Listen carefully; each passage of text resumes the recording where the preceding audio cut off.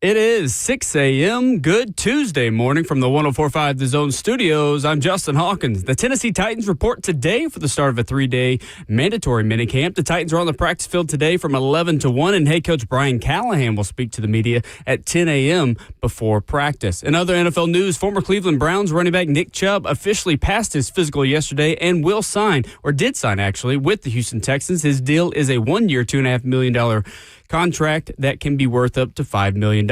Also yesterday, the Cincinnati Bengals released linebacker Germaine Pratt with saving $5.6 million on the salary cap. The 29-year-old Pratt was going into the final season of his contract and had a career-high 143 tackles last season, and also forcing 2 fumbles and securing 2 interceptions. Last night, the Stanley Cup final, the Florida Panthers locked down the Edmonton Oilers in a 6-1 rout in Game 3 to take the series 2-1. The Panthers had 6 different goal scorers, and goalie Sergei Bobrovsky had 32 saves for a .970 save percentage. For all your foundation repair and waterproofing needs, you've got to go to USSTN.com. Breaking news at once on your home for the Titans and Vols. This is 104.5 The Zone.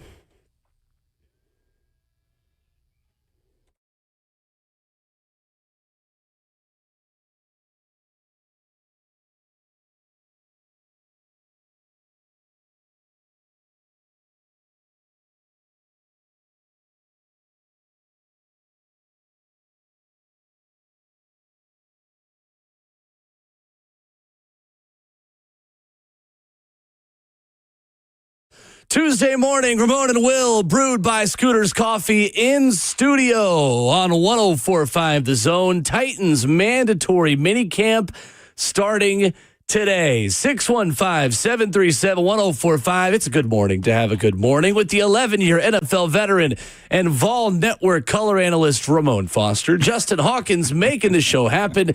My name is Will Bowling. We stream the show live on 104.5 The Zone TV, Facebook Live, YouTube, Twitter, or Twitch on this gorgeous Tuesday, June the 10th in beautiful Music City. Good morning, Ramon Foster. Absolutely good morning, Will. Man, we foggy morning, too. Y'all be careful coming down 386, man. It is dense coming through there, man. So, good morning. I smirked when you say Vol's color analyst, man. I Still getting used that. to it. I still am. I had an interview yesterday with Jimmy Hyams, man. And, nice. He was awesome. Legend. I'm talking about phenomenal, man. And he reminded me the Football Time in Tennessee magazine is out. Yes. It has Arion Carter on there. But yes. I also have a long write-up in there, too, that I did with Jimmy. I saw that. I said, Jimmy, when is the magazine coming out? He was like, you don't have one already? And what's crazy is yesterday, man, you have one of those, oh, by the way, you be proud of your dog, man. Really? Took a I'm nap. always proud of. Took a nap. Hey, today. good for you. Hey, good for you. Phenomenal, man. It was probably realistically, I was probably down like 45 minutes, maybe to an hour, but I did not deep sleep. Okay. So I woke up refreshed. What is the optimal nap time? Justin, are you a napper? No, not really. Because if I nap, I feel like we had this conversation. We probably did. We did. Just a little bit. Will was out, though. Will was out. Oh, okay. Yeah. If I nap longer than 15, 20 minutes, I will wake up very groggy, and then the rest of the day is awful. That's not a nap. That's like close my eyes. That's a power nap. Power nap, but different classification than nap. The goal is not to hit your REM sleep. If you hit your REM sleep, which could take longer than 20 minutes, then you're out. Okay. And when that happens, then that's when you start to dream and stuff like that, and then you wake up and it's not a good day. See, sometimes those are the best, though. Like, it just depends on how much sleep I got before or what I just did. I'm not going to lie to y'all. Last week for OTAs, there was a Tuesday practice outside. It was hot. I was coming off vacation, and again, I'll never complain about coming off vacation because I think that's vacation. why I did it. Yeah.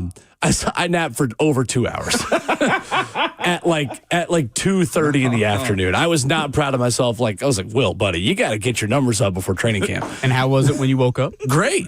Honestly, there's no rhyme or reason to that for me because sometimes I'll wake up and it's like I feel like I just got hit in the head with a cast iron skillet, and there are other days where I feel very refreshed and feel excellent. Yeah. I'll put it into perspective. When I first started on the morning show, after I got off, I was dead. Just welcome. Kind of felt like the jet lag. So I'd go home. I would take me an hour to 2 hour nap. You know how I would still go to bed at like 8 o'clock because I was so tired from that nap. I might as well just not take the nap, and I'd still go to bed at the same time. Did you sleep through the night after that, Dust? No, not really. I'd wake up about 1 a.m. Yeah, see, I slept through last night. I was probably about close to an hour down yesterday, and I woke up refreshed. Like that's usually my sweet spot. Is 45 minutes to an hour. I was, but it's also from that trip though too, Will. Like you said, you can't complain about going to laying in the sun and stuff like that. Right. But like I needed a recovery yesterday, and that was appropriate for me. I woke up like ready to go. But in that waking up ready to go, I wasn't really hungry yesterday. So I was talking. Yeah, your metabolism doesn't get going as much. Yeah, so I just really just chilled on out yesterday evening. And I was like, man, I forgot I did the interview with Jimmy. Let's go see if they got these magazines at Kroger. Dog. There was no magazine section at Kroger anymore. That blew my mind. Oh. Yes. Walk up and down the aisles unless it is like up front behind the cigarette stands or something. Like, I have no idea because that's where I'd see that magazine. That and the Athlon one. Right. Oh, yeah. No, that was like a rite of passage of like the summer has begun. Yeah. If there is an Athlon college football preview magazine out there somewhere. I'm telling you. So you just like me. I used to look for that magazine. Oh, yeah. Man. No, I'm with you. See where the units were as far as like the SEC and everything. I would get them at GameStop. You get them. Going to get, right. This is new. This is I thought, new. No, I mean, at Target for sure. Target, yeah. But like plenty of places. I just remember GameStop always having like gaming magazines and stuff like that. Maybe I'm getting those confused. But we need to put out a poll. Who still reads magazines or newspapers? I do. If there's one and I'm talking around, about like physical, not on your phone. I hadn't went and gotten a magazine in a while. Like, I mean, a newspaper in a while, but I do still like get magazines though. But you can get everything on your phone now. Like that's just the way that I get my news. Anyway, that's true. I don't want to go waste the paper for the magazine and the newspaper. On Twitter, at Ramon and Will, when is the last time you read a physical magazine? We'll ask the question there. So within a month, half a year, or longer? I'm just going to ask it open-ended. Okay, people, when is the last time you read a magazine? Yeah. I don't know. I'm recent in that. I'm very recent in that. I tried to find it yesterday. Actually, him too. Yeah. Every time I broadcast the Penn Relays up in Philly, they give me a massive magazine that's the record book, and it's the list of all the winners ever of the Penn Relays going back over 100 years. So I keep it on my TV stand, all the copies every time I do that meet. But that's a little bit of a different circumstance. I'm telling you, I used to love when those magazines come out, man. And I knew our unit probably wasn't going to be in it, or where we were at Tennessee, we might have some write-ups and name drops and stuff like that. But that Football Time in Tennessee magazine, it's a good one. I had to get that one. Yeah, absolutely. Yeah, so I'm looking for it. Jimmy said he's going to send me a couple copies to the house, but I am going to try to hit up Walmart or Target and see if they got it in there. I love it. There's a good piece about Ramon and Mike K. and Franklin. Of course, we're talking about Mike Keith. 615-737-1045, our number this morning. Titans getting started with mandatory minicamps. We're going to talk later in the show about the biggest questions about this team that we want answered by the time training camp begins. Not an answer for even week one, simply questions we still have about this team that we want to get signed, sealed, delivered by the time this team, after this week, comes back from the summer break, ready to go at the end of July. We've got VolQuest Sauce and Price, of course, at 8:20 this morning. Lucas Panzica going to join us at 9 o'clock. Lucas tonight on the call with Jamie Watson on Westwood One for the U.S. and Switzerland from Geodis Park. Looking forward to a fun night tonight over at the Castle. So excited for Lucas getting that opportunity. So we'll preview U.S. Switzerland with him. And then Ramon in the fourth hour, we've got special guests to help us make an announcement. It's going to be huge. I'm looking forward to it, man. That's all we'll say. I was talking to my boo thing about it yesterday. I was like, man, I'm excited for tomorrow, man. So I hope everybody else is excited just as I am too, man. Good vibes coming in here, though, Will Lee. So the many guests that'll be in the studio will be well worth it. Looking forward to that. Sure. It's a mystery. Jayhawk know how to do it from time to time, man. That's what I'm talking about, Hawk. I like it. Only time to time? Wow. Take the surprise out your voice. I did drop. Yeah, as soon as I said it, I said, if Jayhawk a real one, he going to check me on that one. And he did. That's on me, Hawk. That's on me, You're man. right, Candace. You're absolutely right. Yesterday in the sports world, how about Murray State booking its ticket to the College World Series? I don't know which was more surprising, that or the Braves won a baseball game. Murray State over Duke. Man, Duke still has not been back to Omaha since the 60s. According to the broadcast yesterday, Clay Matvick and Greg Olson on the call for ESPN. I know you were tuned into the end of this one, which was chaotic to say the least, but crazy. A 4 seed for the 4th time ever going to the College World Series. Man, I tuned into the early parts too. 3 pitches in. Murray State to the wall, Bang. man. Yeah, bang. Yeah, right. Mike Breen, bang, literally. I started to get on my soapbox a little bit last night. I was like, no, I got a doggone radio show. What am I doing, man? Yes, you do. I got a radio show. That's well done by you. But, legitimately, my thought was this, though, and I've said it before. What we're seeing now as far as the SEC being strong in baseball, well, how many former Pac-12 teams are in it? You know what I'm saying? What I'm getting at is this. You see teams like Murray State, and who else pushed somebody else? Coastal. Coastal's not Coastal's not a Cinderella or anything like that, but the teams that are in it, Murray State and Coastal and the other teams that made it to the Super Regionals, Non-Power Four. Non-Power Fours. Yeah. This is also a product of the transfer portal NIL to me, in my mindset. You know why? Because a lot of those guys that are going to the big university and baseball's become more and more popular, I feel like are trying to find their opportunities at smaller places, at places like Coastal, at places like Murray, where you just where do you find this talent at? The guy that closed out the pitcher, that closed out the game for Murray, was throwing 93. There is talent every single place in NCAA baseball, and I do think it's a little bit of the product of teams are stacking too much talent at their universities and just a constant churn of, hey, well, you hop in the portal, go play somewhere else. And I think that's a good thing, I think, for baseball. Do you have to go to an SEC school? No, you don't have to. But watching Wright State, you know what I'm saying? Or the Vols want to grab somebody from Walter State who's a monster at the plate himself. There's so much talent that are going to places. Why? I just want to play. And I think that may have to change college sports moving forward. It's about to change in college baseball because teams without major football programs are going to spend a lot of their money on baseball and basketball in a way that Tennessee, Florida, Vanderbilt maybe not, because Vanderbilt will spend more on baseball than anyone else. But house settlement is going to even the playing field a lot in these sports for teams that don't have major football. I love this for Murray State, though, because their stadium seats 800 people. Their tarp pulls when it rains. Their team pulls out the tarp. Full service. They don't have, GAs. They don't have turf that can withstand those kinds of things. Their coach mows the grass. Yeah. You mentioned Walter State, actually. Their coach was an assistant coach at Walter State in 2018. Crazy. Within the last 7 years. Good for Murray State. This is exactly why when we had this conversation the other day, Ramon, about all the changes in college sports, and baseball is still not perfect in this.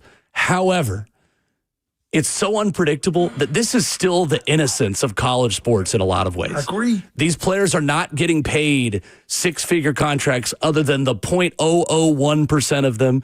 You have Cinderella stories like this that can still happen. I don't care. The Vols are out. I'm locked in on the College World Series this weekend and next week. It is what I think college sports was 10 years ago for a lot of other sports. And obviously it's changed a lot too, but really, really just electric stuff last night. Duke with a heartache though. What'd you think of the slide? I didn't actually see it. So I was channel flipping back and forth between that and Braves and came back. It felt like from everything I saw on social media that the right call was made.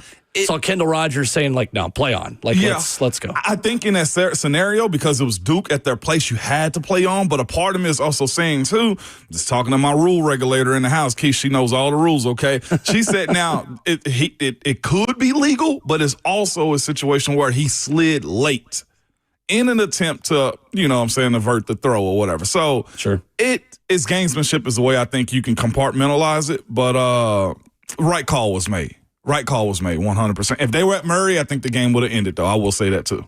615-737-1045 is our number. It's streaming live on 1045 The Zone TV. If you're watching on the 1045 The Zone YouTube channel, that's where we recommend you go to join our community there that is up and active this morning. You can hop in the F&M Bank chat by hitting the comment section there. Coming up, there were 2 players that got released yesterday in the NFL, the first of whom we talked about a lot on the show. We were split on whether or not we were interested. However, the second player, a linebacker in the AFC who might be a perfect fit in Tennessee. We'll talk about that next.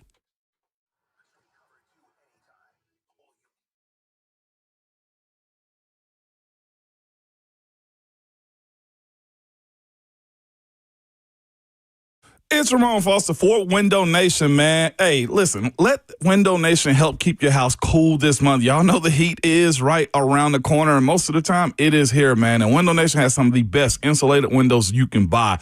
Their windows, they frequently outperform and outlast ones from the expensive guys. And I do mean that, man. So you can save money every month in the wintertime for the heating or when it gets hot outside for the cooling, man. And people talk about Window Nation. Like one of their customer, Albert says, great valve, great product, and great customer service. He highly recommends them, man. But they also have an A+ rating from the Better Business Bureau.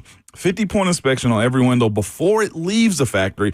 And when you get your windows installed, it's a 20-point inspection then. And also this part of it, too. They have a 96% customer satisfaction rating, which is very high. And also to back that up, over 45,000 5-star reviews. That just doesn't happen, okay? But what I'm here to tell you is you can schedule a fast, free estimate now with the pros at Window Nation by calling them. At 866-90Nation, you go online to windownation.com.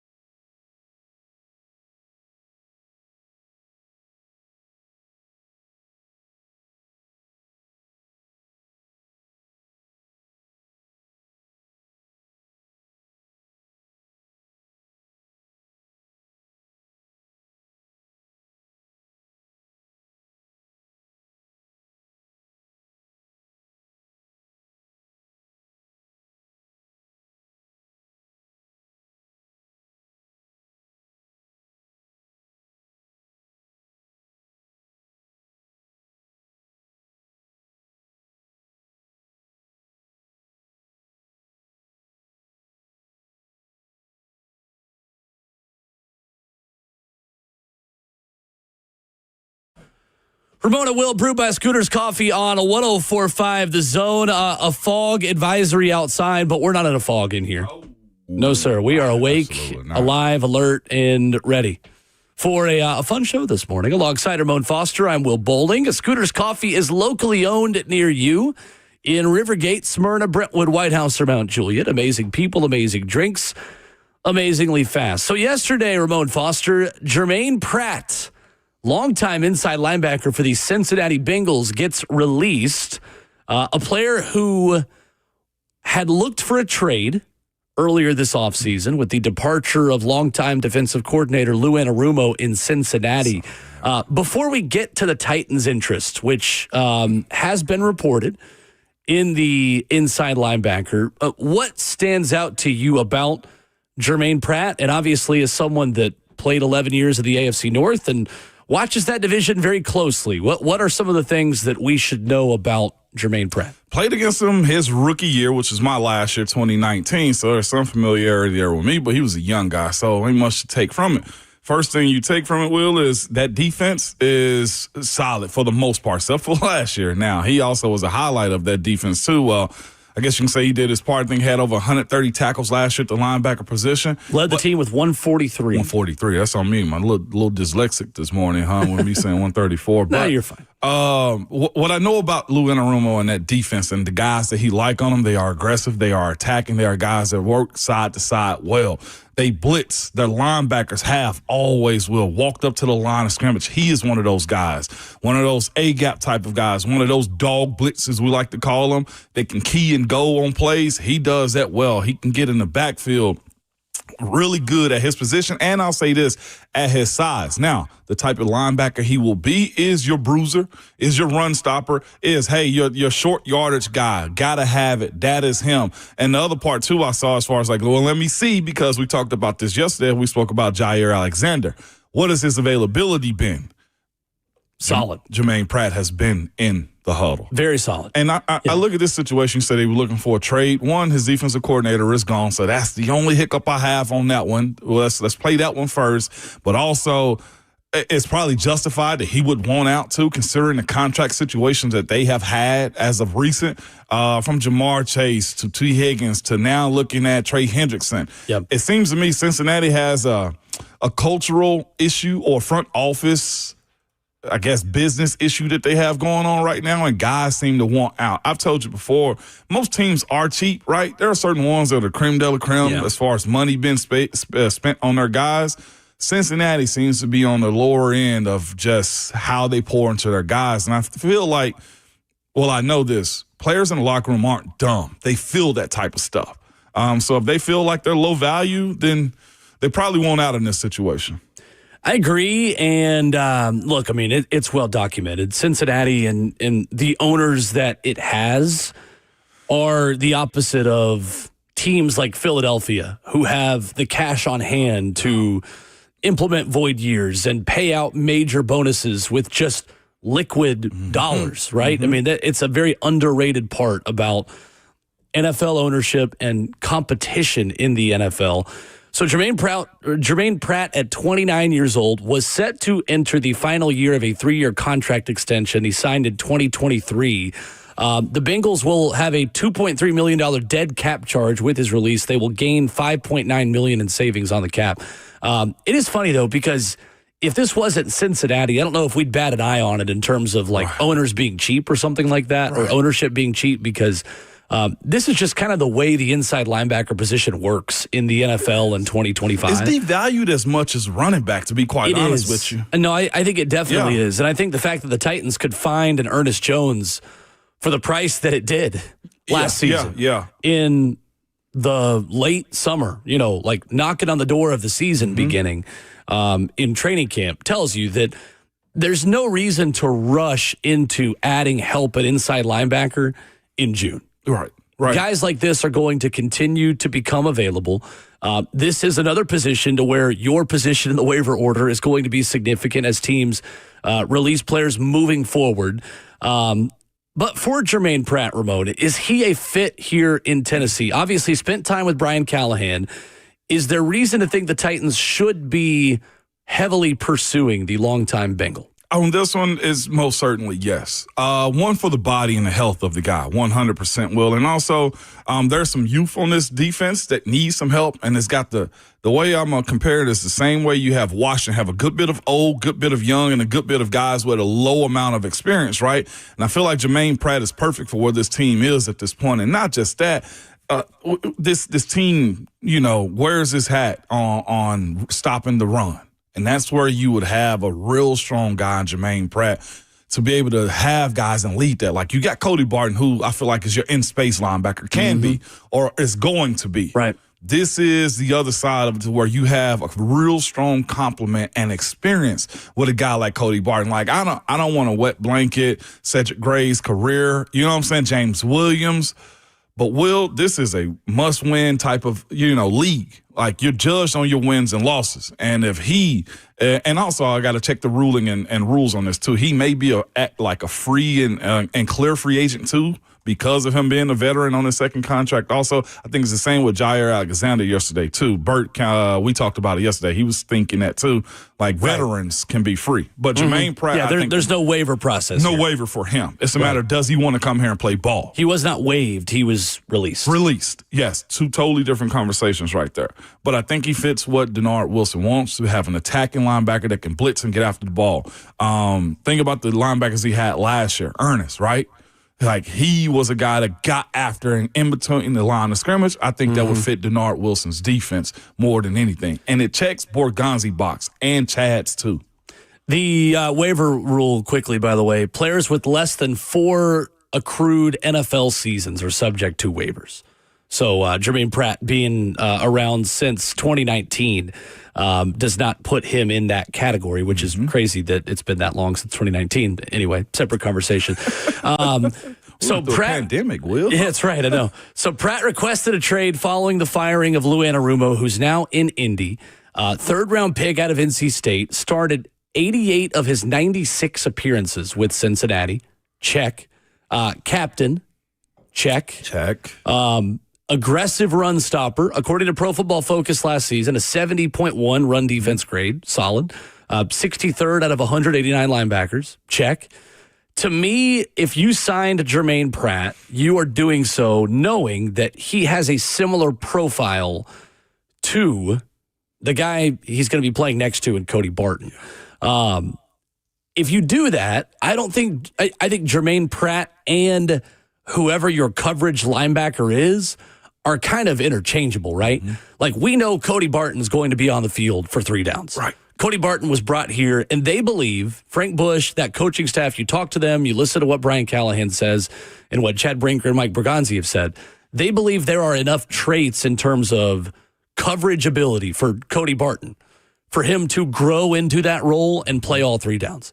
The question has been who plays next to them. Well, in today's NFL, Ramon, and as much as teams are in nickel packages versus a base 3-4 defense, your nickel coverage linebacker is kind of your second linebacker anyway. So even if Germaine Pratt was to come here, you're looking at a guy that is someone that could rotate in for Cody Barton. There are different philosophies on how to do this. I see Cody Barton playing a ton of snaps this year for the Titans. I'm going to switch gears just a little bit, but like Tennessee, the Vols in college, love to platoon at the inside linebacker position. They've got like 3 sets of 2 they'll almost throw out there at times. They'll change mid-drive. You don't see that as much in pro football. You certainly will not with the Tennessee Titans.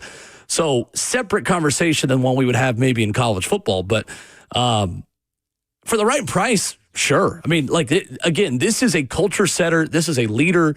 This is a guy who's been a captain, who's going to be available, and it gives you an insurance policy that I think is significant because there are a couple guys on this team, Ramon, that just can't get hurt this season for the Titans, and Cody Barton is very high on that list because right now, one injury to Cody Barton means that you are rolling with Cedric Gray and James Williams at inside linebacker, or Otis Reese and Cedric Gray, or Otis Reese and James Williams. Like any interchanging of that duo would concern me a little bit. So Yeah, you could go get somebody if and when that time came, but I'd rather just go ahead and do that now. And as it stands, too, like if money's been paid out and the cap year's been reset, the Titans, according to Spot Track, have $30 million in cap space. I believe the 11th most in the NFL the last time I checked. 12th right 12th, now. okay. Yeah, and probably because somebody got released. But Sure. yeah. That's a good place to be at, to be able to sign a deal to a guy like that. Now, when you played that scenario of if Cody Barton is out and the guys that you got to have in there, and look, I'm a firm believer in opportunities and guys having their ability to prove themselves that they are worthy pros.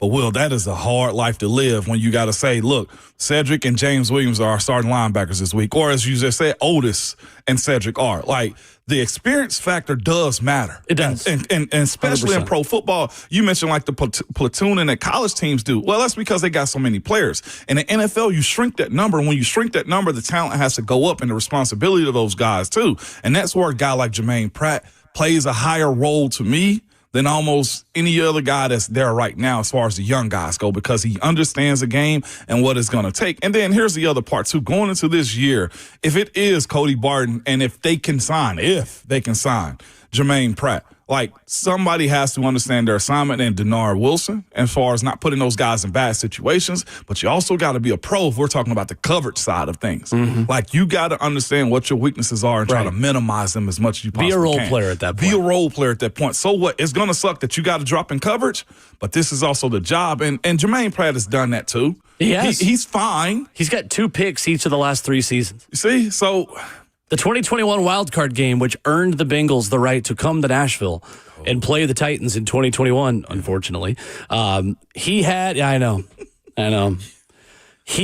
goal line interception in the win over the Raiders in that wildcard game. Yeah. He can get busy in space. Mm-hmm. It's a matter of this is what I will also say, can your coach, your coordinator, your position coach hide you at times? And that's why I will always say, like, it is on the OCs and the DCs sometimes to put guys in better situations. I think he's going to be a Colt after all this conversation we've just had. Because of Lou? Because of Lou Anarumo, yeah. And they have a needed inside linebacker next to Zaire Franklin. Mm. Yeah. I think that's what's going to happen. I mean, they've been looking for a guy to replace Darius Leonard. Yeah, that's true. And Shaq Leonard, excuse me. And they lost E.J. Speed to the Texans this offseason for 1 year, $4 million. God, dog. Who didn't they go grab? Yes, Texans are just loading up on former AFC South players left and right. Okay, if that's the case, then he has a real strong relationship with Lou Anarumo, right? Who the Titans got to see twice this year too. So look, corner blitz is coming. Yeah, right. I don't know if Mike Hilton signed right now, but Mike Hilton's probably going to be a coach too, right? If we're playing the role of battles, right, and Tennessee's selling, the Titans are selling, hey, you have the opportunity to be the guy early, and we're going to let you attack and play your game. Are you willing to give a little extra to him, or are we going to, not Germaine Pratt? Yeah, because linebackers are in the same conversation, Will, as running backs, safeties, nose tackles. I see what you're saying. I'm open to adding Germaine Pratt. I'm not going to pay a major amount of money for Germaine Pratt. Good inside linebackers will become available to you, right? If you just keep your powder dry. I mean, truly, I don't see this team in the position to make a lot of trades where they are giving up draft capital to add anyone the way they were last season. But you'll remember with the Ernest Jones trade, they got to pick back. They did. Which then, Chad Brinker has said it. They started the season with 5 draft picks. They ended it with 9, with the ability to really build a class for a rebuild. Yeah, which is what this is. So while they are not in the position to give up draft capital, they might be in the position to skip the waiver process, which is funny. They're at the top of it, so maybe not as much this time around. But to be able to say, hey, we'll give you a 7 if you give us, or we'll give you a 6 if you give us, this inside linebacker and a 6. What's crazy is to your point though about like trades and draft picks and planning for the future. Like, we've had this conversation. This is going to be a slow roll, but I ain't gonna lie to you.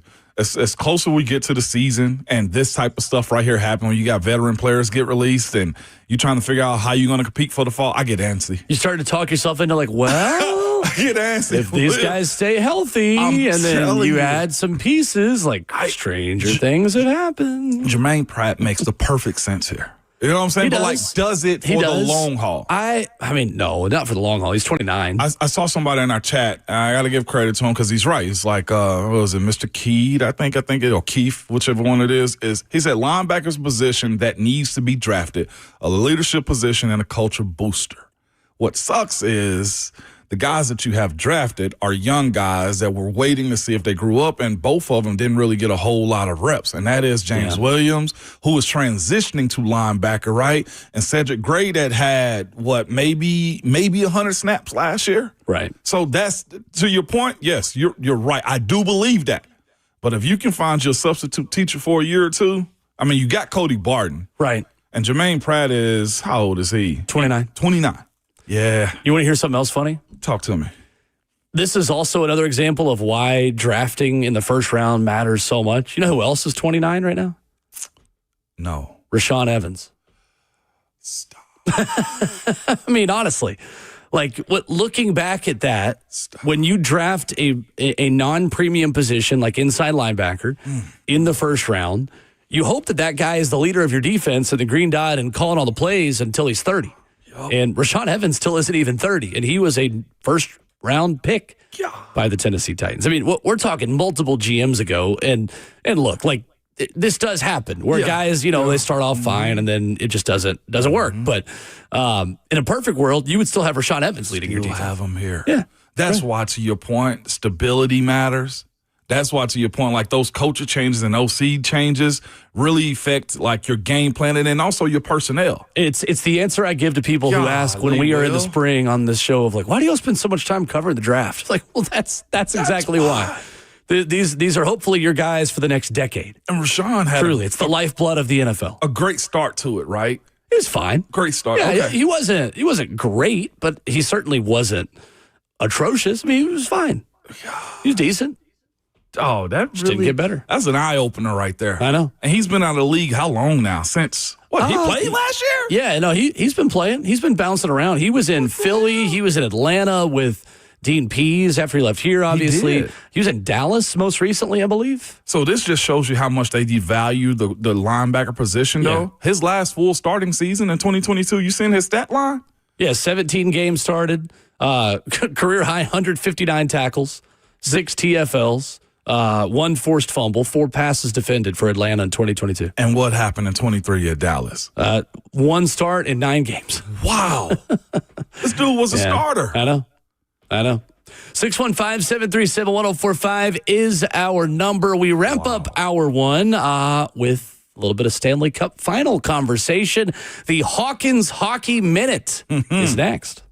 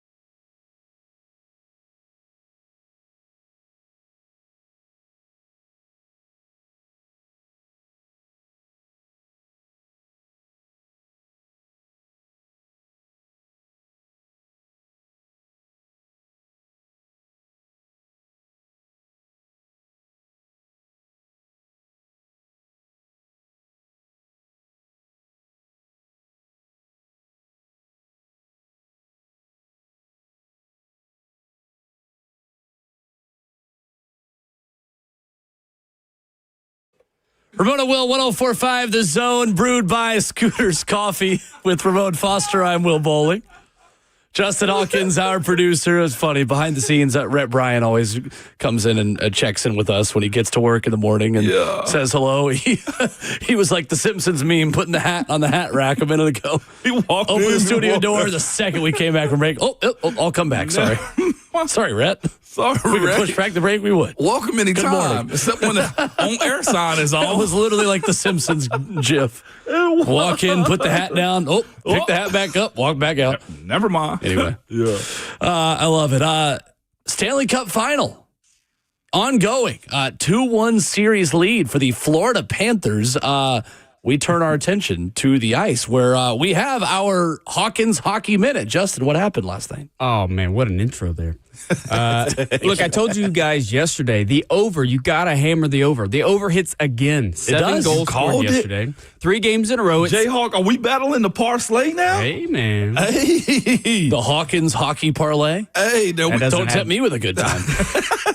continue. My B. The over-under in 3 games has been 6.5. Last night, 7 goals were scored as Florida takes What? 7 goals? Yeah, it was 6-1. Do you know how many hockey matches I've gone to and only seen one go Hockey win? matches, first of all, That's is not crazy. the right way. No. That's not the right way to do it. Hey, we're all I'm learning. trying here. That's all right. We're all That's right. why we have the Hawkins Hockey Minute. It is.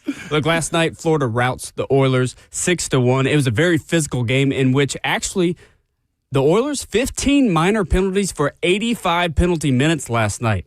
55 minutes for the Panthers. 11 games this postseason, the Panthers have scored at least 5 goals or more. 6 different goal scorers for the Panthers last night. Their depth and their defense was on full display last night. Bad blood is in the air going back to last year's Stanley Cup where the Panthers won in 7 games. You had fights to end the periods. You even had a brawl breakout with about 10 minutes left into the game. Edmonton's Trent Frederick and Darnell Nurse against Florida's Jonah Gadjevich, resulting in game misconducts. They will play it's not like soccer where you got to be out the next game. They will play on Thursday. High emotions, and even the Oilers defenseman, Jake Wallman, squirting Panthers players with his water bottle from the bench. Ooh. This series is physical. This series has bad blood. I thought Sidney Crosby was still in Pittsburgh. That's crazy. The kid. Hey, this is not 2017. PK Subban is not making comments about bad breath. Right. Right. So, Squirted the water bottle? yeah, he at him? squirted a water bottle at That's him. crazy. Oh, that's fighting. diabolical. Right there. Yeah, we're fighting. We're throwing hands. Hell yeah, we are. The difference in this game was those penalties, was the physicalness. It was 11 power play opportunities for the Panthers. They resulted in 3 goals scored on them, 6 power plays for the Oilers where they only had 1. That's the difference right there. The key for the Panthers, using that depth in their defense, Connor McDavid, Leon Draisaitl, shut out. Connor McDavid, 2 shots, Draisaitl, 0 shots. That's what happened last night. Connor McDavid and Leon Draisaitl this postseason has had 3 games where they score 0 points. The next game, they at least average 2 points. You cannot shut them down for long. This is one of the best duos we've seen in hockey in ages, at least this decade, in my opinion. And here's what Connor McDavid said ahead of Game 4, which will be on Thursday. Game 4 is a really big game. It's going to be a swing game. If Connor McDavid, Leon Draisaitl come back and they do what they're supposed to do and they average 2 points, Edmonton's winning this game. And also, hit the over. Okay. The over. Bet the over. I'm going to be real That's the with Hawkins you, Hawk. Hockey Minute. I'm going to be real with you. You know how some Justin. people say, like, they can't speak Spanish or, like, read it, but they can hear it and understand it? That's how I felt about the Hawkins Hockey Minute right there. Like, Hawk, keep bringing that. I'm sure it's me. You and can't 20 speak it, but you can understand it. Yeah, you know, I'm like, that's. Yes. I can't speak hockey. Yeah. You Go see? get you some maple syrup for your 100%. coffee for the next Hey, segment. dog. Keep bringing that, Hawk. I'm going to be real with you because it's got to be me and others that are sitting around. We're doing like, that Hawkins Hockey. I can understand that one, Hawk. Like, now I'm interested. I want to watch Thursday now. Oh, yeah. It's amazing. Between the NBA playoffs and the NHL playoffs, these series are actually really entertaining. This is how I feel when Ron Slade talks about the NBA to me, honestly. Straight On the up. other side of it. A little competition there. I like it. Thank you, Justin. It's good stuff. Hey, that was fire. Game 4 will be fun, though, Thursday. Yeah. Be a good one. As the kids say, I know a lot gas. of Nashville fans are like not big into hockey, the Preds with their seasons being down lately. Sure. But this is some of the most entertaining hockey that you can have on your TV right now. And if you're missing out on it, then you're seriously mistaken. Well, and you got two guys good that TV. helped win the Western Conference for the Preds, and Victor Arvidsson and Matthias Ekholm that are battling for a cup in Edmonton. Edmonton, weren't they in it last year too? Or It was. It's the same exact same series. series. exact same series. So the way the series went last year was Florida went Look up. at you. Florida went up 3-0 last year, and then Edmonton came all the way back to force a Game 7. Yeah. You're dead. Ramon just gave us the littlest amount of hockey knowledge that a human can have, other than the puck should go in the net, and is acting like he is Barry Melrose out here. I'm telling It's you, crazy. Hawk, man, you deserve a platform after that one, dog. That was good. You got me going. I'm I hyped. appreciate it. I'm hyped about and this. actually, last night was the first night where we actually saw a little bit of defense, a little bit of puck stopping instead of going into the net, as Sergei Bobrovsky had 32 saves for a .970 save percentage. That's the best he's played almost all postseason. Nice. I feel like these is like $5 name drops and stuff. He messed up one yet, Sure. Will. I'm being real with you. You rolling. Elsewhere last night in Anaheim, did you see this catch by Yes. Denzel Clark of the Athletics, which it's the Oakland Athletics, but they don't play in Oakland anymore. Give 'em a little bit. Denzel Clark, if you missed it, I'll retweet it right now from Ramon Will, the tweet I had about it last night. That's not the catch of the year. That's the catch of the decade. Decade, dog. That is one of the greatest catches I've seen in a long time. Climbed the ladder, and he wasn't directly over the ball going over the fence either. He had to swing his arm around, He literally man. Spider-Man crawled up the wall and then like backhand snatched the ball as he's like 3 feet over the top of the wall. Incredible. Absolutely incredible last night. And you could tell he knew it was awesome too. He couldn't even bring himself down. Right. It was. I know it ain't been a lot coming out of a lot of good coming out of the A's clubhouse, but that was phenomenal, man. Buddy made himself a name last night, man. What's his name? His last name? Denzel Clark. Clark. Yeah, Denzel close Clark. though. Clark, Hawkins, same thing. Listen, I'm trying here. Information overload. after Denzel Jay Hawk. Washington? Denzel Sure. Clark, man. A heck of a catch, though, man. I'm was talking good. about Very athleticism, good. hand-eye coordination. Just and retweeted from @Ramon and Will if you want to go see it on Twitter. insanely This good is still an catch. audio medium, mostly. I saw baseball pros like this is one of the Yeah, best no, it's catches I've ridiculous. ever seen in my life. Ridiculous. Yes. Speaking of things going into nets, Justin, you going to Geodis Park tonight? U.S. Switzerland? I wish. That sounds like a lot of fun. Yeah. I'll be there. We'll have need to Lucas get you there, Panzica Hawk. on I at 9 did go o'clock to the last time the U.S. played at Geodis Nice. a couple years ago. Yeah, it's Ghana. Yeah. Yep. That was when we were coming back from London. So we were jet lagged. It was funny. Yeah. We were there that week. We watched England, Australia before the Titans took on the Ravens in London. And then I came back, and I was still so tired from getting back from that trip that I didn't go see my own national team literally down the road from where I live. I flew to another continent to watch a different national team because we were already there for it. But should be fun tonight. If you want to grab tickets, they're still available. USsoccer.com, I believe, place to go wherever tickets are sold. They are. Switzerland has a pretty good team here right now. U.S. getting ready for the Gold Cup, last game before they go into North America's biggest competition. And you've got Nashville's captain, Walker Zimmerman, who is in the U.S. team tonight, who was doing the media rounds yesterday. The game on our station tonight, Lucas Panzica on the call. Lucas will join us at 9 o'clock this morning to talk about it. Man, So, you guys just be making fun. stuff happen, Will. That's Trying dope. to.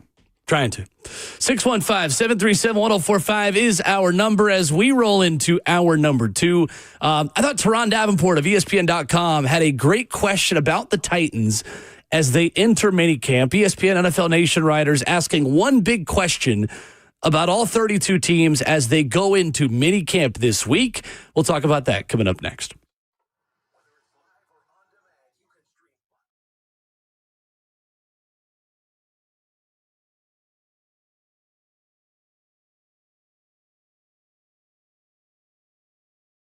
Hey, what's going on? It's Will Bowling. When the heat rises outside, your home's air conditioning shouldn't let you down. The Lee Company team is here to help keep you cool and your system running at its best with award-winning AC services. So whether you need a quick repair, seasonal maintenance, or want to upgrade to a new unit, Lee Company gets the job done right. Available 24/7. Schedule your visit today online at leecompany.com. leecompany.com. You can call them at 615-567-1000. Lee Company has over 80 years of experience since 1944. I love working with local businesses who understand the community. They're a part of our community. And Lee Company, they are everywhere around our community here in Middle Tennessee. They're involved in things like Little League sports, high school sports, local events, you name it. You always see the Lee Company fleet driving around Middle Tennessee. So put the best members of a team on your team with Lee Company. Go online to leecompany.com. That's Lee Company, all you need.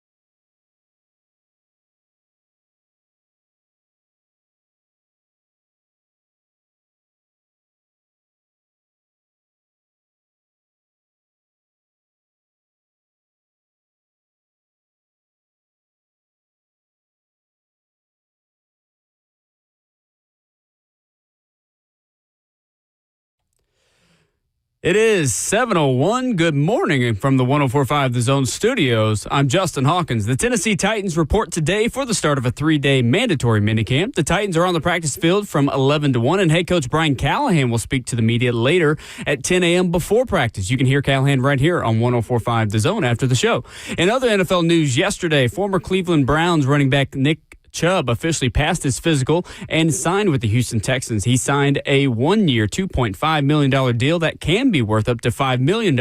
Also yesterday, the Cincinnati Bengals released Germaine Pratt, saving $5.6 million on the salary cap. The 29-year-old Pratt was going into the final season of his contract and had a career-high 143 tackles last season to go along with 2 fumble recoveries and 2 interceptions. The Stanley Cup final last night, the Florida Panthers locked down the Edmonton Oilers in a 6-1 rout in Game 3 to take the series 2-1. The Panthers had 6 different goal scorers, and goalie Sergei Bobrovsky had 32 saves for a .970 save percentage. For all your foundation repair and waterproofing needs, you've got to go to USSTN.com. Breaking news at once on your home for the Titans and Vols. This is 104.5 The Zone.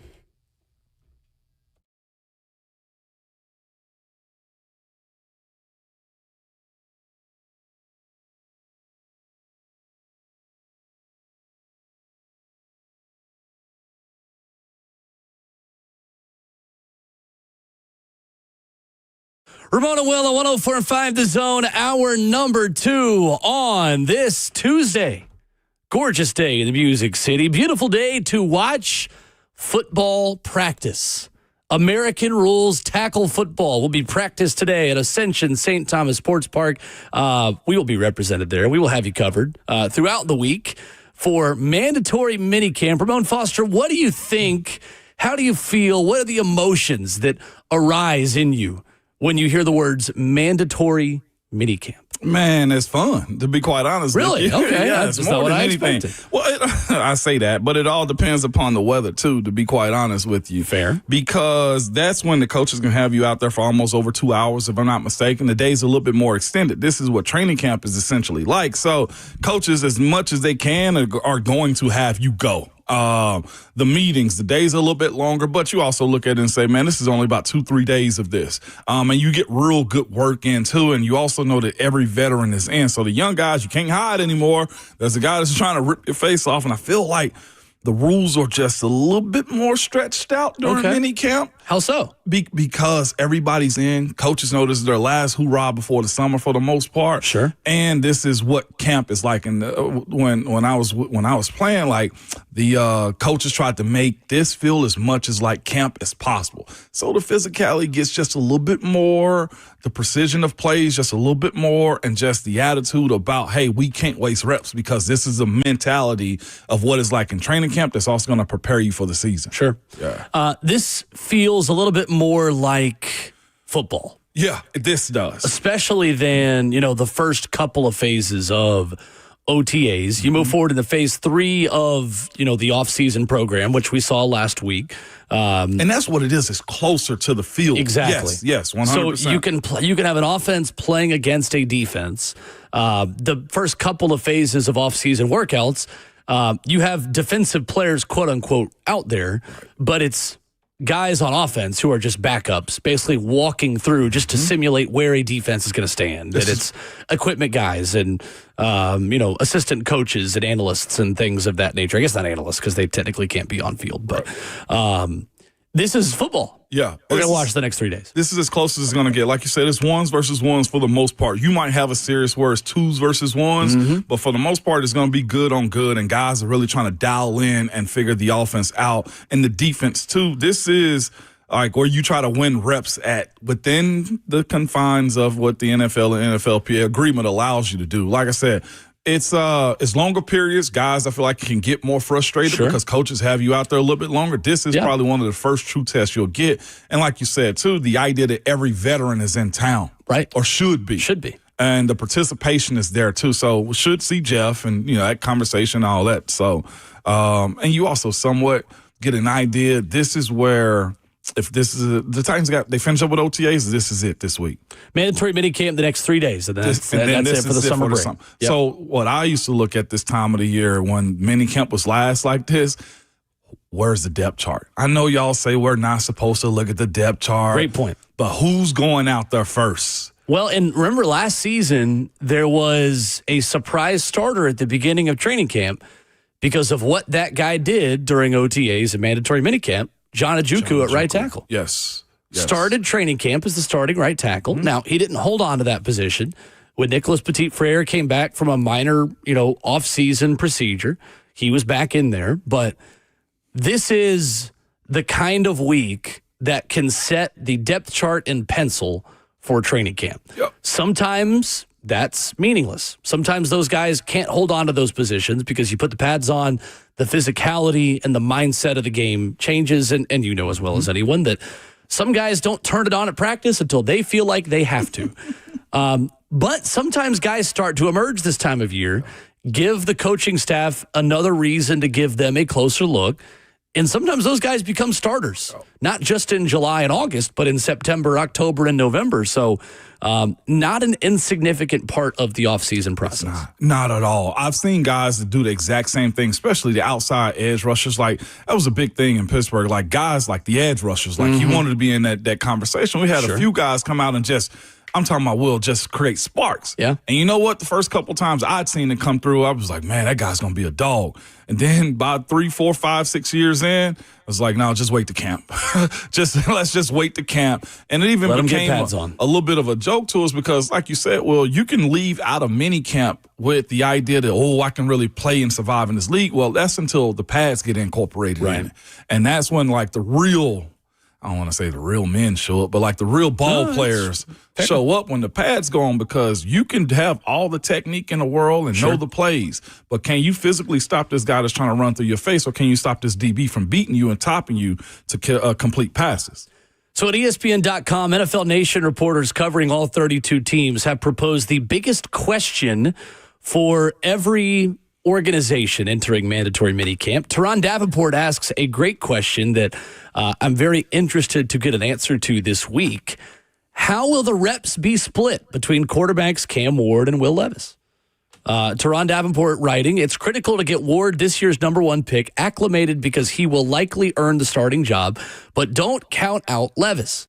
Brian Callahan said there will be a competition during minicamp and training camp. Both quarterbacks took turns starting in 7-on-7s and team periods during OTAs. Defensive coordinator Denard Wilson is already impressed with Cameron Ward's vision and ability to find the open receiver. That's an early sign of progress, but the best way to prepare Ward is to increase reps, especially with the first team. We saw them split last week, and both guys getting opportunities with the ones. How does that division of labor change, if at all, this week? Like this week, let's say you got a 15-play rep set. You might have 8, 4, 3. Ones get the bulk of it because, well, what are we trying to do? We're trying to prepare the guys for the season. So I can't waste all of my time on this group right here.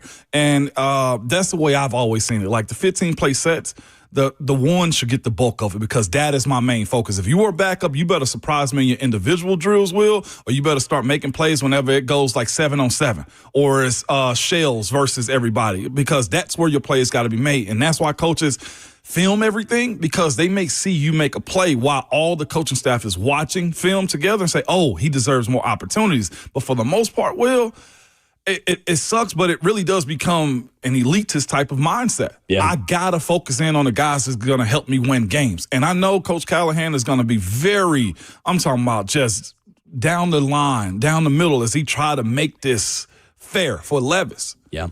That ain't in your best interest. Right. Your best interest is to prepare Cam Ward for the season. So I feel like they will tell us that we're splitting the reps, but most coaches that I know are going to say, yeah, our one's going to get the lion's share of this. Yeah, I feel like maybe by the end of the week, right? Like I think today we may see a different division of labor than we do on Thursday. I don't think so. I think by Thursday you pretty much pack it in for the most part. I think Tuesday, Wednesdays should be your bulk days. And by the time you get to Thursday, it's like, okay, we can start incorporating this young guy in. Interesting. Because they hadn't gotten any work this week. Well, and you'll remember, too, that Thursday is often for teams that have head coaches who have been around for a little bit. Yeah. For teams that were playoff teams, for teams that have an identity and a brand and a DNA in a locker room, usually you take the third day off. Yeah. Or you'll go to Topgolf, or you'll do like a team building activity, Mm-hmm. or vets can have it off, and it's almost like another rookie minicamp day on Thursday. I don't know if this team is in position to really take any days off at this point. That was something that Mike Vrabel and the Titans did when they were at the height of that organization and the team's ability to really compete. Mm-hmm. You're usually taking the third day off, like, hey guys, we'll see you back in July. With a rookie quarterback, with a young roster, with a coaching staff that's only in its second season, I imagine they're going to take advantage of every day that they can get to work with these guys. Have to. And with that being said, too, it's probably one of those situations where you learn from last year. And I can't remember if they did take a day off last year, too. But it's got to be the mindset, Will, that all the freebies that you give to guys, not this year. You had all your fun with the team building, the quads that they put teams in, as far as the team chemistry stuff that they did. Is at this point of the calendar for me, my mindset was it's football business time now. Mm-hmm. When this break happens, guys get about 2-week crease, man, to get a vacation in, have a good time with the family, and then, like I always say, like when July 4th hit, like we're in summer's over. Summer's over. Let's play the summer's over interlude. That's why, to your point, for real, man. That's why, to your point about like them not being able to waste time, and this mini camp is so important because it's right around the corner. Also means the Ramon and Will draft season begins once the summer break begins. Don't tell me what a good time, dog. You hear me? True though, but no, it's a big week over at Ascension St. Thomas Sports Park. I'm still really excited, Ramon, to see when the coaching staff decides, let's throw the kitchen sink at Cam Ward. I don't know if that happens this week. Yeah. I don't know if you wait until July, you wait until training camp to say, let's put him in the pressure cooker. Let's throw all the blitzes, all the disguises, and the equivalent of the conversation that you've had with Mike Tomlin a lot about defensive linemen saying, hey, don't save him. Yeah. At what point does Denard Wilson and Nick Holtz and Brian Callahan get together and tell the defense, hey, don't save Cam today? With everybody you give him everything you've got. Let's see how he responds to it. I would go today and tomorrow. I like easily. It. I would love that. Will, you got to put him in a blender. I don't want him to struggle, but I want Cam to be pushed to the point where, and we talked about this last week when you were out with Rhett, like that story Josh Pate told on Buck's show about the day that Mario Cristobal and the Miami staff just kept throwing phantom holding flags to make Cam Ward do another 2-minute drive, do another one, do another one. And they loved the way that he responded. What's the NFL equivalent to that for him in Nashville? To your point, I do hope they've had those conversations internally with Cristobal and with this Titan staff too. To say, your point, like absolutely that part, because what you hate sometimes is seeing very just athletic people not be pushed, because players want to be pushed. So I do hope, to your point, that is a part of the equation. 615-737-1045. What are the biggest questions that you want answered about the Tennessee Titans by the time training camp starts? What do you want to learn about this team this week? That's next.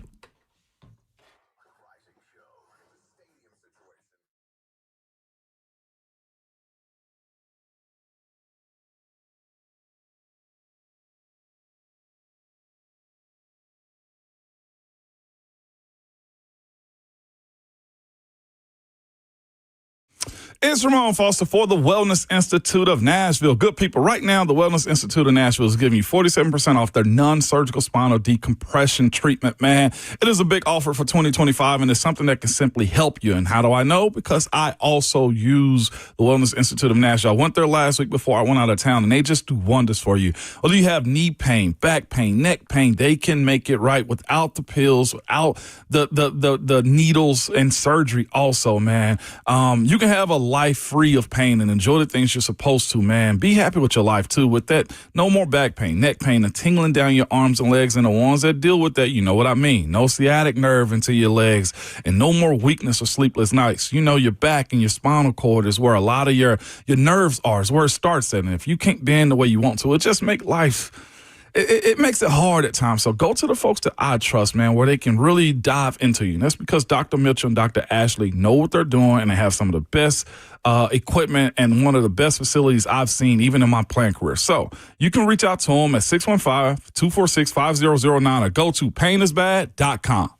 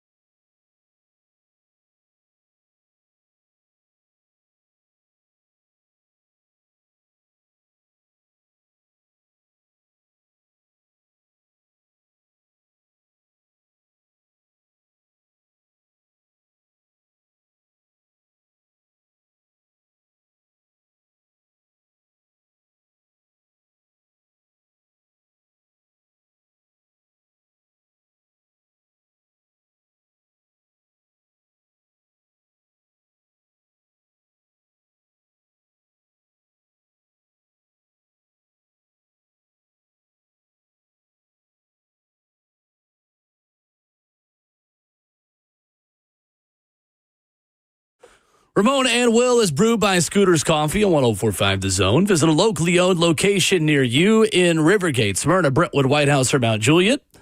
Amazing people, amazing drinks, amazingly fast. Ramon Foster, Will Bowling, Justin Hawkins, 615-737-1045.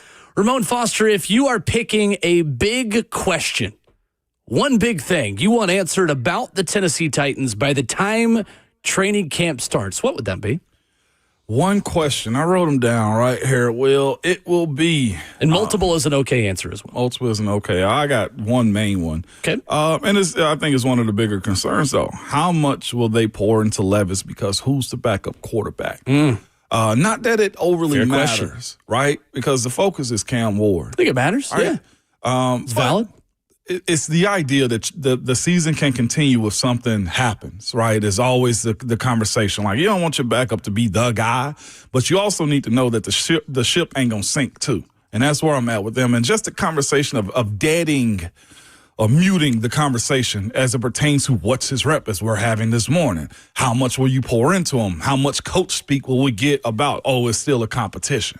Like, to be able to get those answers, I think will settle the fan base and also probably a locker room, too. Sure. So I'll start with that one, man, is how much you pouring into Levis, and is he the actual backup or the other guys in the conversation? We ain't heard anything about them, to be quite honest. That's true. I mean, Tim Boyle and Brandon Allen haven't moved the needle a ton. Right. But that's what they're there to do, right? Yeah. Backup quarterbacks and essentially coaches on the field, an extension of the coaching staff. And it is funny, I'm talking to some people in the media last week. Tim Boyle looks the part. there ain't no doubt. He's a big dude. I mean, you don't really think about the intangibles much on, one of your four quarterbacks that's kind of buried in the roster a little bit. But I do think it is a good question because as many, Ramon, backup quarterbacks as we've seen play here, how important is it to have a backup quarterback that can run the offense and operate this thing beyond just replacement level? And what I mean by that is, like, not just point A to point B getting the ball out. Like, there is some level of ceiling, some level of arm talent and, ability to not just manage a drive, but really go that next step. Will Levis has shown us at his best that he has the ability to make some pretty high-level throws and do those things.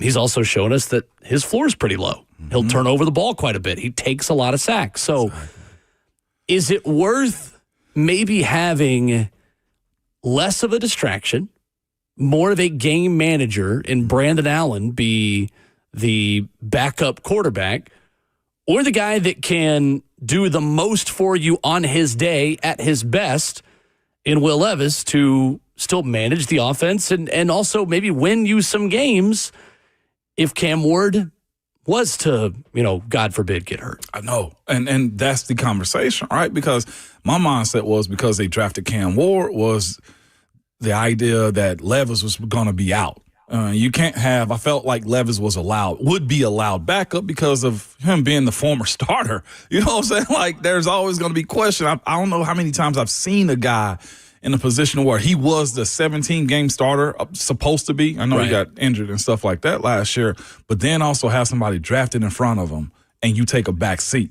That's the only reason I was talking about this, early in this offseason about Levis being gone, because I don't think I've seen that happen to where you take a back seat like that, even in Atlanta last year, like Kirk Cousins. Like, yeah, they drafted, a quarterback in his position. Drafted Michael Penix, yeah. But Michael Penix took the back seat until it got too loud to hold him back, too. Right. And once you make that move, you can't go back. You can't go back.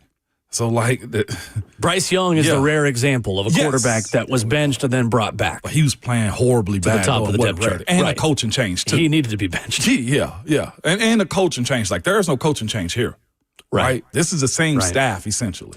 It's a tricky one because while on one hand, if you put in Will Levis to be your backup and he wins you a couple of games, it's harder to get premium weapons for Cam Ward in the draft moving forward. Yeah. And ideally, if guys are winning you games, you want them to stick around for the long haul and not just win you some games and then you help develop somebody else's quarterback for the future. Meanwhile, you get worse draft picks. Exactly. But on the other side, you need Elikiah Manor to get better. You need Chimere DK to move forward. You need Gunnar Helm to learn how to be a pro. You need your offensive line. Like, you need a functioning offense. The consistency, you mentioned that. The consistency of who's behind center, too, 100%. Matters. Because one guy might move, and they got to figure out Cam's movement, to your point. Like, having a functional backup quarterback is not just for the quarterback position, if that makes sense. Like, that also helps you evaluate and develop the other 10 guys that are on the field. And which backup gives you the better chance to teach Elikiah Manor and Chimere DK how to be successful, who can sustain drives that allow your young players to develop in real time. That way, in 2026, you're in the position that Denver is in this year. Yeah. Like, that is what you are aiming for. To me, Ramon, it's beyond Washington. Going to the NFC Championship game and having Jaden Daniels be Rookie of the Year and put up historic numbers is unrealistic for Cam Ward as a rookie. Yeah. I would love for that to happen. That's a very high bar. Bo Nix and Denver is, I think, the best iteration of what the Tennessee Titans can be this season.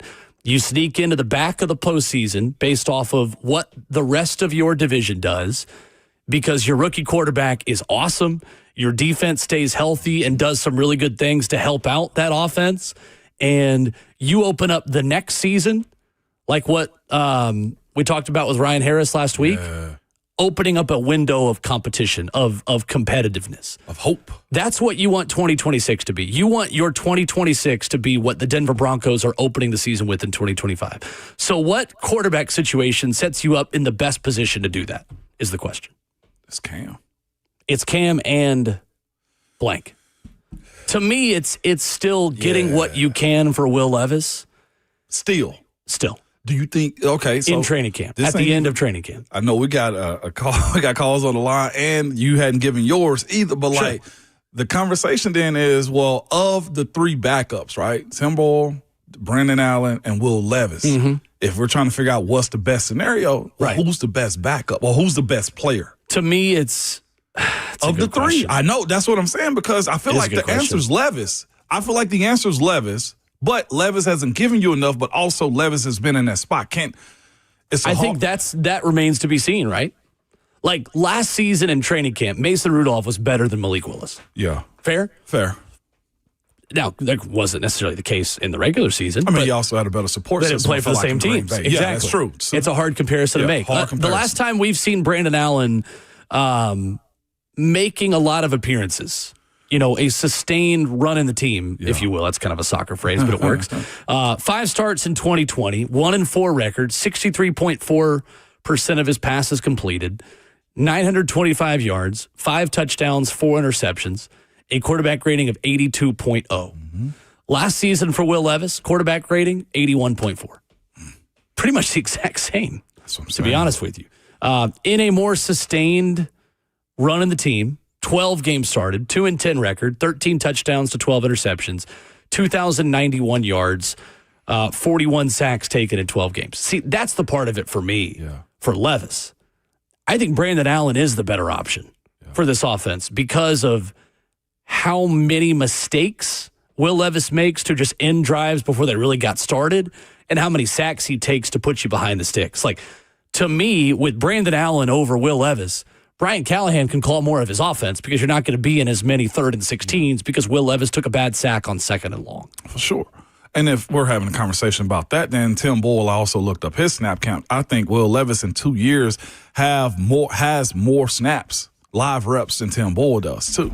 You know what I'm saying? As far as like, I would draw the line there and say Levis is a better option than Tim Boyle. Okay, there we go. All right, so that's the hierarchy for me today at the quarterback position. Cam Ward 1, Brandon Allen 2, Will Levis 3, Tim Boyle 4. And again, we're probably going to go to practice this week and see Will Levis make some wow throws. I'm talking about as of today. Yeah. And that's why I think this is subject for change and subject for debate. Like, if Will Levis outperforms Brandon Allen in a significant way in training camp, which is what we're supposed to judge. Maybe we have a different conversation. But as of right now, I would rather put Brandon Allen out there over Will Levis. Okay.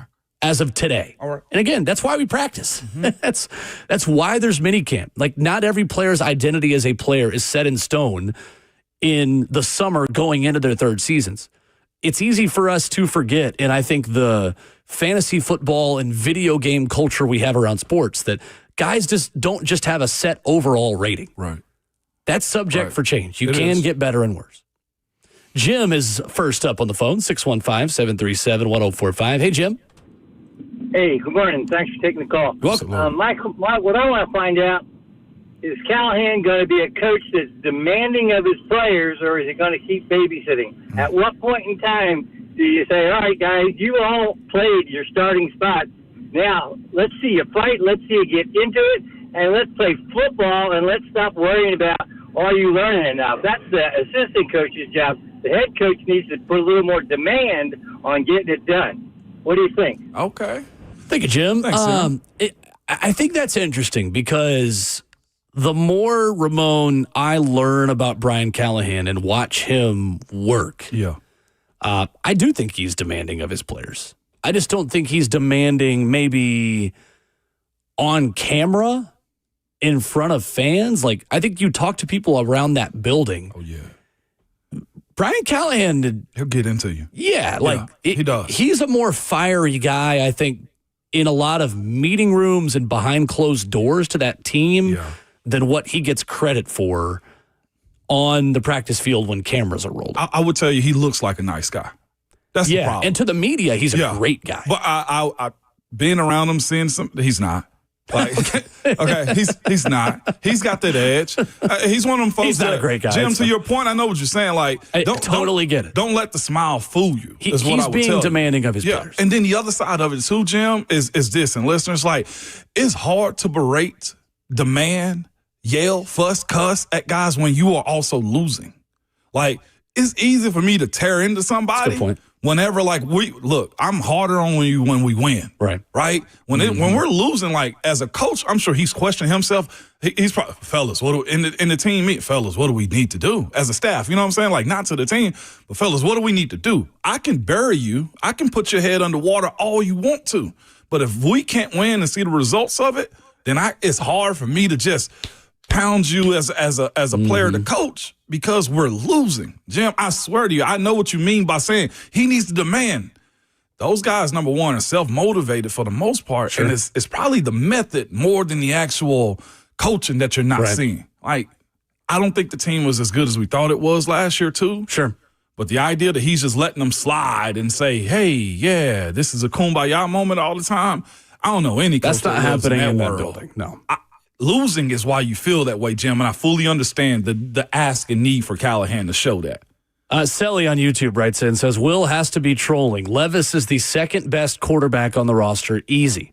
And Levis has more of that P word, meaning potential, than any quarterback not named Ward on the roster. Yeah, but what has that done for us? I think you're talking about two separate things. Though. Yeah, right. We're having two totally different conversations. I know what you meant. I know what Selly's saying. So I do think the talent of Levis is number two. There is no debate. It's two conversations, though. The upside of what Will, and I said that. Yeah. The upside of what Will Levis is on his day to be able to not only just manage the offense, but make some wow throws are great.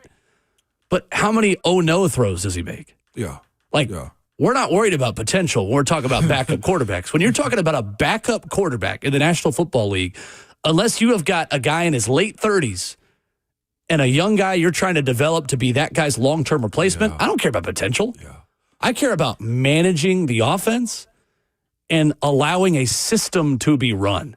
There are not a lot of systems for 3rd and 16, which Will Levis consistently put this offense in last season because he was sacked 12% of the time he dropped back.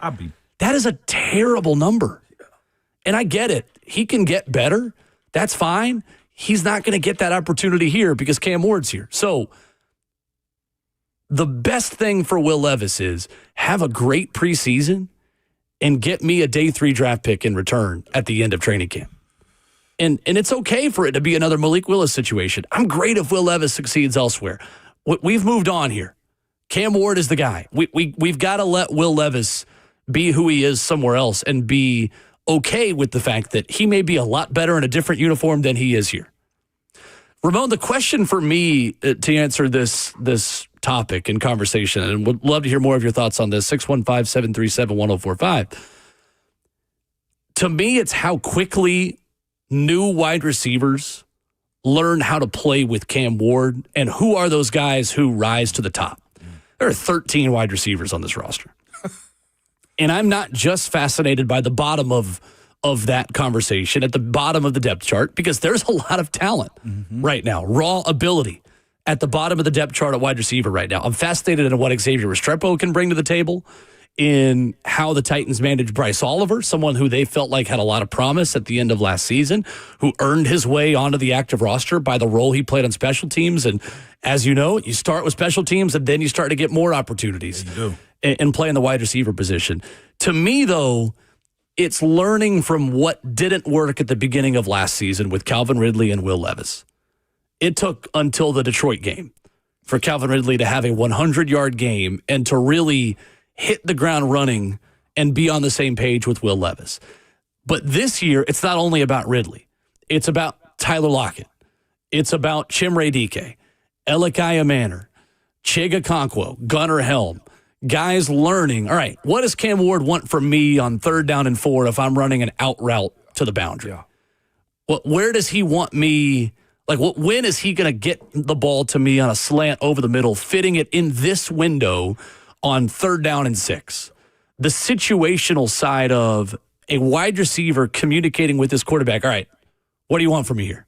Let's have an open dialogue, and then it work. That's the progress that I want to see, is who are the top targets and where are they playing? Because you have a lot of versatile chess pieces on this wide receiver room that can play in the slot, that can play outside. Tyler Lockett being one of them, who can be a slot receiver, can be outside. Aya Manor is a big post player. You've got Chimere Dike, who's a speed guy and can take the top off the defense. Like, there are some chess pieces that can be moved around here. Where those guys fit and how quickly they can learn how to play with Cam Ward, that's the biggest question for me I want answered by training camp. And it needs to be, too, because to your point, it's a lot of guys that got opportunities. You mentioned the first 7. I think you mentioned with 2 tight ends in it, right, with Chig and also Gunnar Helm. Like, when you get to the season, that first group you named right there, I think is where you pour all your you lay your hand on those guys right there. But what are the rest of that group is going to be able to do for you is where I'm at, because in our YouTube chat, Mr. Keefe, he's 2 for 2 today with good points. He's like 13 wide receiver. He put wide receiver 2s, no wide receiver 1. Now, here's where I'll push back on that, though, too. A quarterback, a real good quarterback, makes the number 1. Turns a 2 into a 1. That's 100% right. To your point, 100% right. Mr. Keefe, and I say this, and I don't want to disrespect the guy because I ain't know a whole lot about him until he got a quarterback. What was Nico Collins before C.J. Stroud got there? A 2? 100%. Now we're talking about him as a 1, right?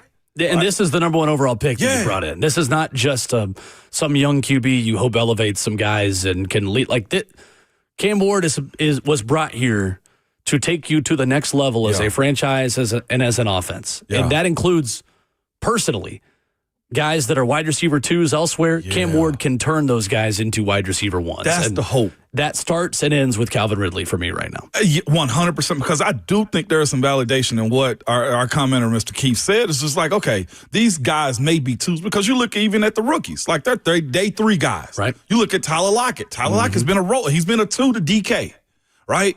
The guy that you just mentioned, Will, and Calvin Ridley, it would be phenomenal to see if Cam can take him over the ledge when it comes to that part of it, making him a bona fide number 1.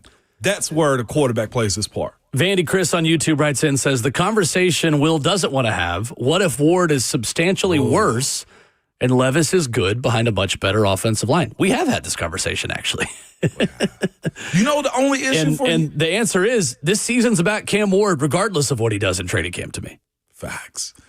The biggest issue, too, Vandy, man, I love, because I think he's on the Levis side, too, a good bit, too, which is fine. It's fair. And I think Levis should have a crowd here, needs one, too. But the only issue that you have is this, the discrepancies of how he took care of the ball. Right. That's what I think is going to have anybody with PTSD of last season. Well, and the problem is, it didn't matter. Like, that offensive line last season, again, if you look at the numbers of pressure to sack ratio, Will Levis had the worst pressure to sack ratio of any quarterback in the National Football League last year. It did not matter who was at offensive line. Sometimes the quarterback is the problem when there's a lot of sacks. And in my opinion, This was not a terrible offensive line that caused Will Levis to get sacked 40 times last year. It is a quarterback that simply does not understand how to get away from pressure and mitigate those risks, and took sacks that other quarterbacks, better quarterbacks, specifically Cam Ward, would not have taken last year. 615-737-1045. Would love to get your thoughts. What are the questions you want answered about the Tennessee Titans by the time training camp opens as a big week at mandatory minicamp begins today over at Ascension St. Thomas Sports Park? 615-737-1045. We'll get more of your reaction next.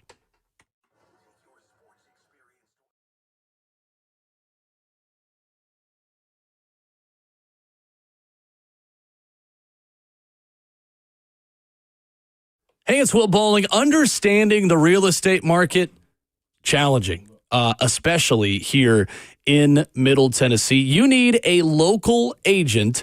You need Bernie Gallerini Real Estate. Don't rely on a national agent that doesn't know you, your neighborhood, or doesn't know or even care about your goals. I know there's no one-size-fits-all. We have options that other agents simply don't or can't have. Go to BernieGallerani.com and see which option is best for you. I love going to look at the Google reviews when I'm shopping for anything. With a real estate agent, the Google reviews for Bernie Gallerani, outstanding. He's even going to give you his personal cell phone number. Here it is, 615-428-2644. That's 615-428-2644. You got to be confident in your own ability just to hand out your cell phone number, right? Bernie Gallerani guarantees to sell your home in 30 days or less, or he will buy it. No risk to you.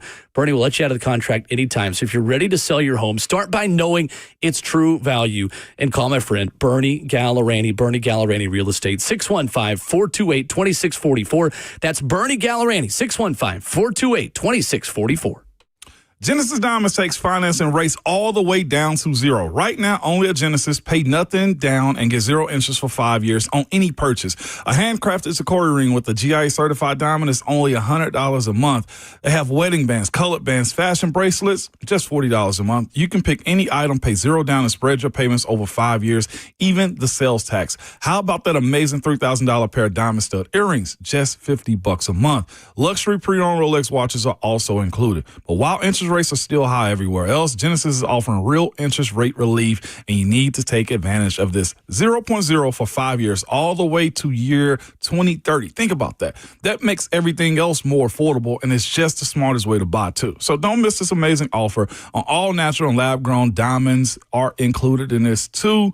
Now through June 30th at Genesis Diamonds on approved credit, so see store for details. And they're located in Green Hills and Cool Springs.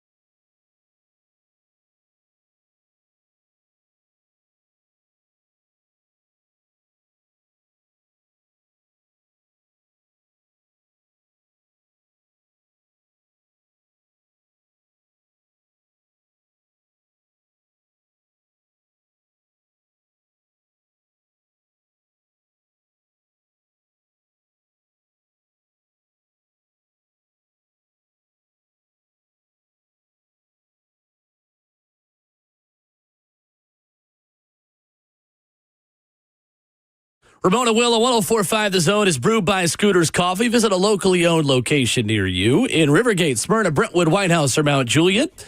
Amazing people, amazing drinks, amazingly fast. Open for your conversation. What is the biggest question you want answered by the time Titans training camp starts? Big week for mandatory minicamp. 615-737-1045. Ramon, we spent so much time on the Levis and Cam and quarterback and wide receiver discussion that we didn't get to any other parts of this discussion. And I know you've got some defensive question marks as well. I do, Will. It's about Jarvis Brownlee. Yeah. That's one of the questions I have is if there's no other move to be made, I couldn't tell you where they would make one either as far as going to get another veteran corner. Jair Alexander is his choice on where he wants to go. Probably end up in Philly or something like that. Buffalo. Oh, yes. Probably get out of the NFC North. But besides that, new starters always just make you nervous, I feel like, for the most part, especially when guys aren't the high draft picks. Now, I know mentality of players. Look, you can't draft that. You can't test a person's heart and courage, right, when you look at how they are brought up in the league. But I do want to see him be in a position. Does he have the poise to play starting corner if it is him every single rep? Can he hang with those guys? Where's his intellect as it pertains to how he breaks each player down each week as far as his incorporation to the defense? And that position to me, the corner position, is equivalent almost to like a left tackle in a sense. You know, like a lot goes through you. Nobody hears you. Nobody knows about you until something bad happens. So how are you going to be able to cover guys up as a young year two starter if it is him as a starting cornerback? Right. It's a good question. And cutting down on the penalties as well for Jarvis Brownlee, a big part of that discussion. You hope L'Jarius Sneed is healthy and available to take the number one receiver. Mm-hmm. I'm comfortable with Jarvis Brownlee covering teams' number two receivers. Okay. The problem is in this division, that's easier said than done. In this division, yeah. I mean, in Jacksonville, that's Travis Hunter. That's Travis Hunter. Is who you're guarding. Yeah. Like, Travis Brownlee's on Travis Hunter. And in Indy, it's Josh Downs and Michael Pittman Jr. In Houston, obviously Nico Collins, the overwhelming one. You've got a ton of options that are a twos there. And obviously the kid from Iowa State who they bring in this past draft, you expect to be kind of the running mate for Nico Collins. But that's a big challenge. It is. For this defense. And like we mentioned, like I said, I'm going to continue to pair one with the other, but we mentioned like the rush getting home. Mm-hmm. Well, it all depends upon him because if the rush almost get home to get pressure, but he also get a DPI down the field. Those are the things that you can't have because that's some of the issues you had last year. Or like I said, just a sporadic behavior from time to time. And here's the thing. You got to love a DB that runs hot. Absolutely. Love those types of guys. Sure. But as an every down guy, your ability to control yourself and just play the game within the game too is a part of it. But being in this role as a fifth-round pick, that's a lot to ask. But here's what I'll also say. L'Jarius Sneed was also, a third to fifth-round pick too?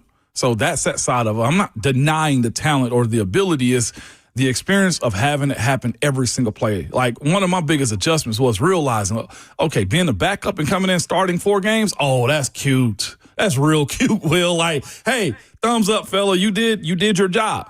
But that 17 weeks now, like week after week after week. How do you manage when you're the guy being circled on film? Every single week. Every week. And that's one of the new starter guys I have on my list. Right. Yeah. That's not a worry, but a concern. L'Jarius Sneed was a 4th-round pick in the 2020 NFL Draft out of Louisiana Tech, 138 overall. Yeah. Again, why the draft is the lifeblood of the NFL. That is a Kansas City 4th-round pick, and it's why you expect things out of Cedric Gray. Exactly. That's the top of the 4th round. That was added in 2024 by the Titans organization. That's hopeful to be a contributor this season. Yeah. Gonna need that, man, from Cedric Gray, too. And that's the other question I have is just who plays next to Cody Barton? To me, it's the biggest question on this defense. It feels like they're pretty set at edge rusher for the time being until someone falls to them on the waiver order that they want, that they feel like they can add. Or maybe it is a veteran like Zadarius Smith who gets added into this defense after mandatory minicamp is over, because there is another wave of acquisitions that's about to be made in the NFL by guys who are just not wanting to do mandatory practices until they have to. Neville Hewitt, again, is another guy, an inside linebacker, coverage specialist inside linebacker who spent time with Frank Bush. Is that a guy you bring in? It's hard to evaluate the progress level of the inside linebacker next to Cody Barton when pads aren't on. Yeah. And that is why this staff's evaluation of guys without pads on is critical. It is. In deciding, do we need to get another inside linebacker, or do we trust the guys that we already have next to Cody Barton? It's just a difficult determination to make when you're playing football in shorts this time of year at a position where the contact piece is so critical. Necessary. It's so critical. Yeah, but that's also like on the next 3 days of minicamp. This is we're having all the starters in, seeing what the potential of those guys that are in a audition phase, how they work with the starters too. So that's what minicamp will do to you. Those 2 hours that they get on the field is where you want to see them. 615-737-1045. Two edge rushers in the AFC North reportedly about 5 minutes ago will not be at their team's mandatory minicamps today. We'll tell you who those players are next.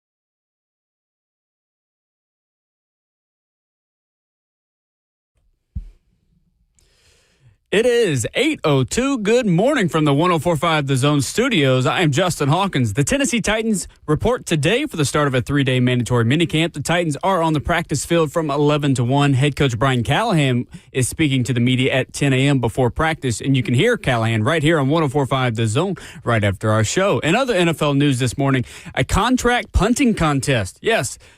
Yesterday, the Jacksonville Jaguars punter Logan Cook signed the NFL's highest contract for a punter at 4 years, $16 million.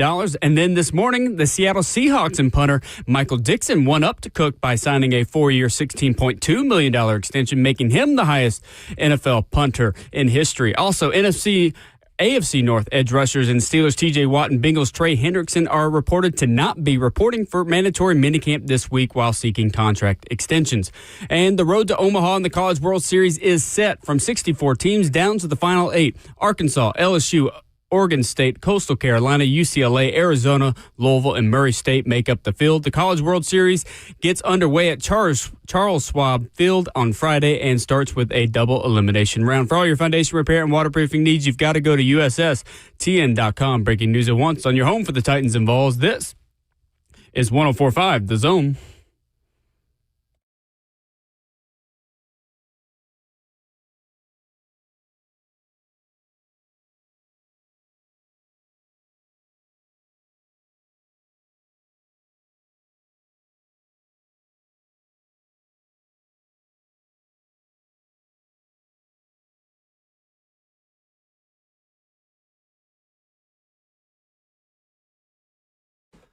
Second half of the show, hour 3, getting started on this beautiful mandatory mini camp Tuesday in Music City, USA. He is Ramon Foster. I'm Will Bowling. Justin Hawkins makes the show happen.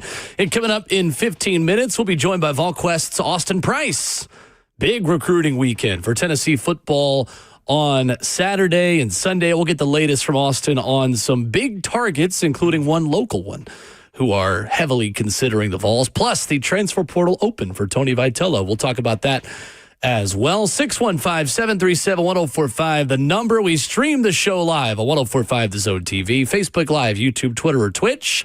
Lucas Panzica coming up at 9, Ramon, and then a big announcement at 9:20 this morning. Some special guests, plural, who will join us to help tell the people about something, which is going to be fun. Should be fun. Looking forward to that. T.J. Watt, Trey Hendrickson, 2 AFC North pass rushers will not be in attendance for their team's mandatory mini camps this morning. Ian Rappaport and Tom Pelissero saying Hendrickson and the Bengals have made no progress on a multi-year contract extension, which means that Hendrickson's agent is saying that there is no progress. Reigning sack leader told reporters May 13th that he will not play for Cincy without an extension. So he is subject to fines for skipping minicamp, which begins today. And then same with T.J. Watt, not in attendance in Pittsburgh's mandatory minicamp. Ian Rappaport and Mike Garafolo with that. Watt is seeking a long-term deal, but again, quote, no progress has been made. He is subject to fines for skipping minicamp. Let's start with Pittsburgh, Ramon, considering your ties to the Steelers. Your initial reaction to T.J. Watt not being a mandatory minicamp today. Let's go, T.J. I honestly feel that way about him. He has a great point to be made right there. On a team that's aging with a guy like him that has the background and the accolades to follow that up a little bit too, TJ has a point to be made to be one of the highest paid guys in the NFL. I mean, minus Aaron Donald, I don't know if anybody else has had the career at the line of scrimmage that he has had as of late. You look at his track record, what is he? 6-time Pro Bowl, 7-time Pro Bowl, 4-time first-team All-Pro. And on top of it, has the Defensive Player of the Year, too. We're talking about a guy, I think this year's in the last year of his deal. Base salary, not throw these numbers around, good people. It's only because of what the league pays you, okay? It's what his market pays. He's making $21 million this year. There's a guy, Will, there's a guy in New England that messed up the entire market for everybody else. Milton Williams. Just in the front 7? Just in the front 7. Yeah. Milton Williams getting that $23 million deal. 23 or 25, whichever his number is. Oh, it's over $23 million.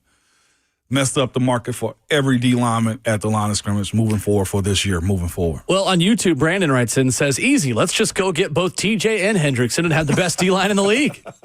Where do I sign? Sign me sure. up. TJ is what is TJ right now? He's 30 this year. Yep. Final year of his deal. And that's the other part of it, too. It's like the final year of your deal. Players want that security. Like, I know I'm probably guaranteed this $21 million this year, but give me a little bit more security. And TJ's earned that. Guys that good who are one-team players rarely enter the final years of their deals. That's the point. Don't disrespect me.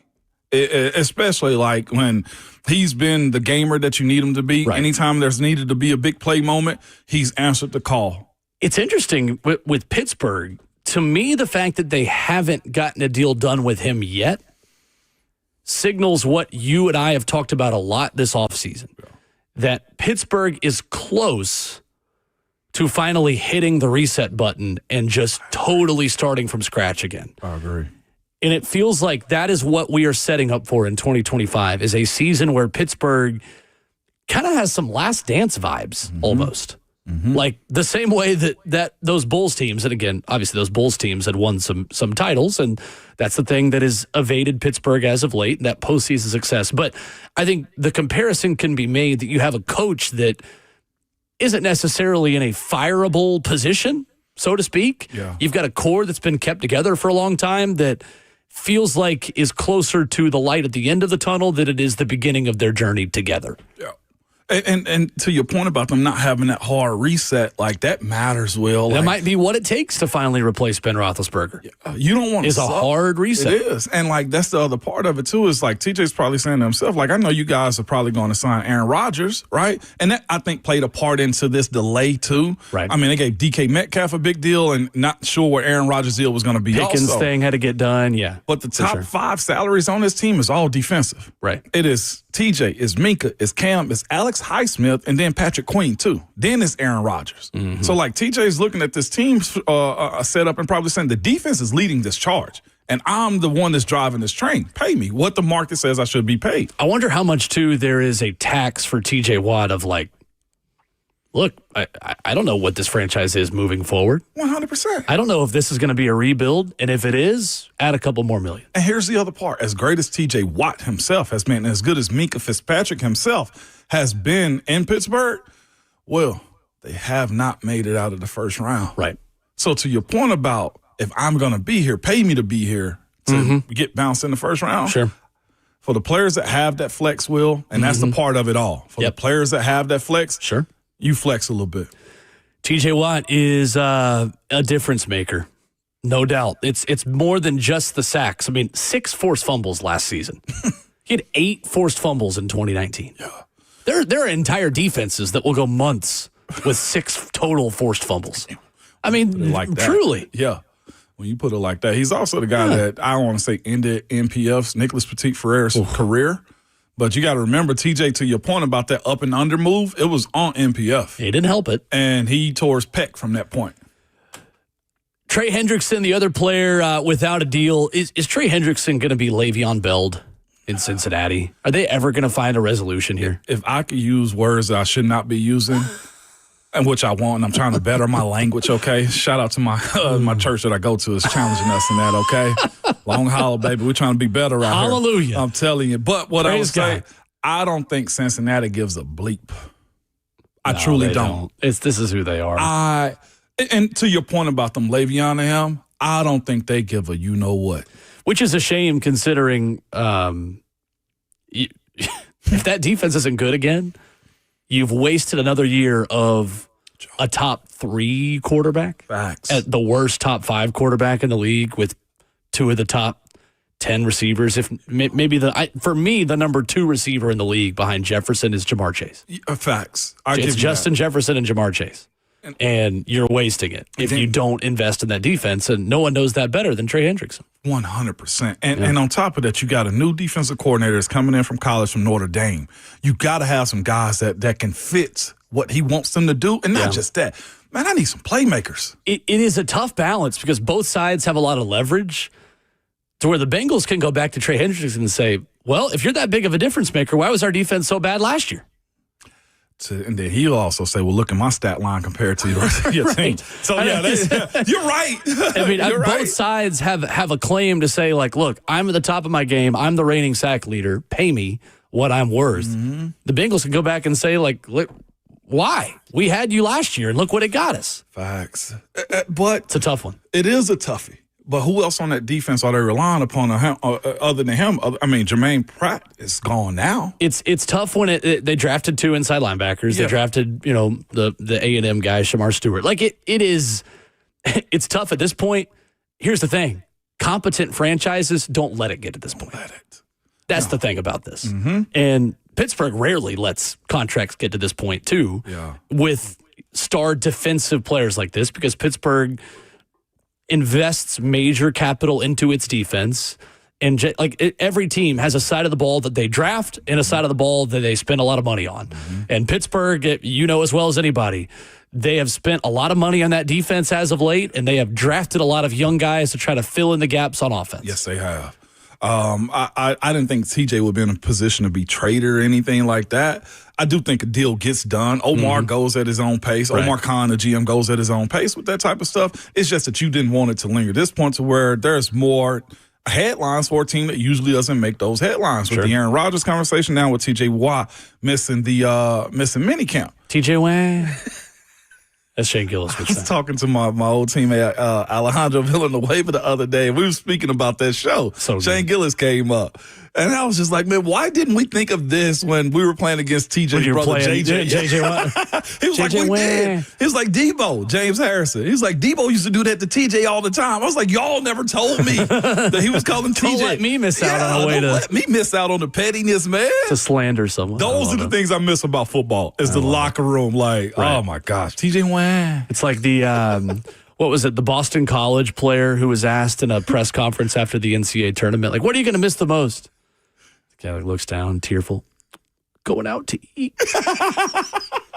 That's real, though, honestly. It's so real. He's real for that. It is. I'm telling y'all, give me one It's that quarter. side of it. It's like the travel. It's the team dinners. It's like at any level of sport. It's the best part of it. The locker room, has its own language. No doubt. Its own rules. Like, that's what you miss. Heck, 100%. That's what I miss about it, too. Like, you'd be looking at on a somebody. much smaller scale. As obviously, I was far from an NFL athlete. The conversation, like, oh, he's hurt again. Look at him, y'all. Like, it's that type of stuff that goes on, man, that you miss. Not necessarily the game, if you fulfilled it. Now, for the ones that maybe only did like 1 or 2 years, they missed the game. Right. But like for guys that got like 5+ in, you're like, oh yeah, it's a family at that point. It is it is your family. No doubt. Coming up, VolQuest's Austin Price will join us. A staff hire for Tennessee's defense. A 5-star offensive lineman that was in town over the weekend. Local product Joel Wyatt, who was also in town visiting with the Vols. Plus transfer portal notes on the baseball front. Some big names that are in high demand from Tennessee and Tony Vitello. All that and more with VolQuest's Austin Price next.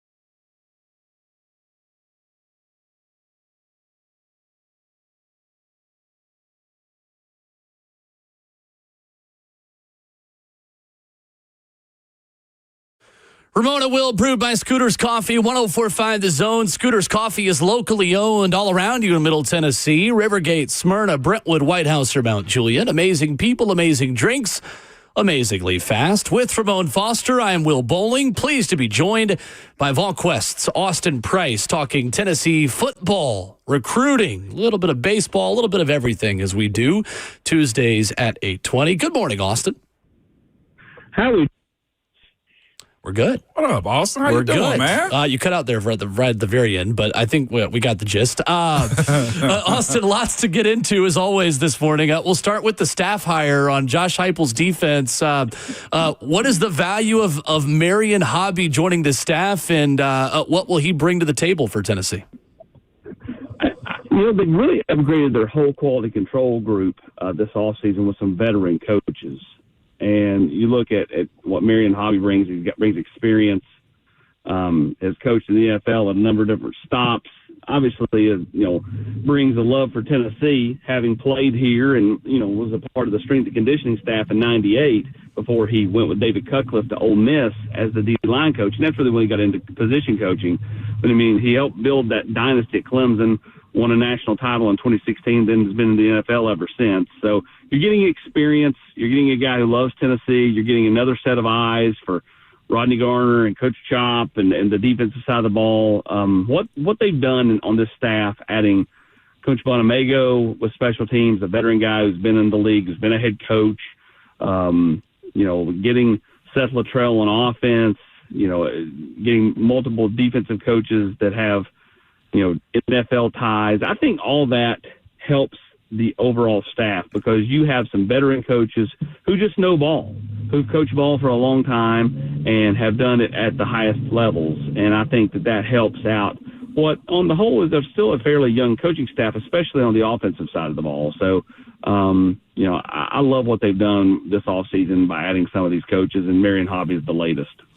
Also, we talked last week with Brent on Friday specifically about some of those young defensive linemen. And Ethan Utley, a guy that is clearly gaining a lot of praise from this staff. Isaiah Campbell, another guy who may be in a position to play early. How pleased do you think this staff is with the growth of some of these young defensive linemen who aren't household names, who are going to have to step in for a lot of those veterans who won't be on this defense next season?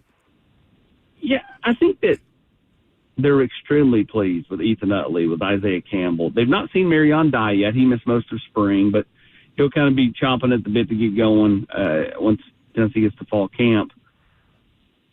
But they have to push some of those guys because, they don't have the depth of veteran players at a lot of positions, defensive line being one of them. So they have to push Ethan Utley to the field and to see what he's got. Just like they have to push Jordan Ross to the field, Caleb Herring to the field, on offense, Mike Matthews to the field, and Braylon Staley, and so on and so forth. So these defensive linemen are going to get a chance. Now, the good thing is they have Jackson Moy in front of them. They have Bryson Eason and Dominic Bailey and some of these veteran defensive linemen that will be able to stagger their kind of emergence into the defense. And so it's not put all on them. And I think that's a big thing. They can kind of get playing time, dabble, and see how they do, but it's not, hey, you're the guy. It's not as simple as, just throwing someone in the deep end. They get to get in the pool in the shallow end as a backup, as a reserve who's going to get a handful of snaps a game and really kind of hone their craft that way and do it with not a ton of expectations on them right out of the gate. Austin Price of VolQuest and On 3 with us this morning talking look, Vols. Austin, it seems to me that this year's heartbeat of the defensive line is probably going to be Jackson Moy. Veteran guys, been around, changing his body, man. What's the expectation for him in the role that he's going to have to play with some of these younger guys and new additions along that defensive line? Yeah, he looks fantastic. And I asked him at camp the other day, I'm like, what do you weigh? And, the pound difference between last year and this year was not super dramatic, but the body fat percentage was. He just looks thinner. Like last year, I thought looked a little more sloppy. He does not look sloppy at all. He looks fantastic. And looks like he's probably in the best shape he's been in probably in his life. So I think he's going to get the opportunity to be a starter alongside Bryson Eason. He loves Rodney Garner. Rodney Garner loves him. And I think the way Jackson plays, he's going to have a chance to be a really special player this year up front for Tennessee. Man, speaking of special players, you brought up Bryson Eason.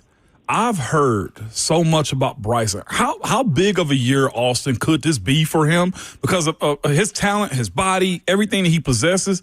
I hear he's NFL ready, man. But what's the expectation for him going in this 25 season? Well, he is. And then let's face it, this is year 6 for Bryson Eason. I mean, he's an older player, and he's got to be one of the bell cows on the defensive line for Tennessee. He had a really nice year last year. He is a kid that has continually got better and better and better under Rodney Garner. And I think when Rodney first got here, he did not know how to embrace the way Rodney coaches.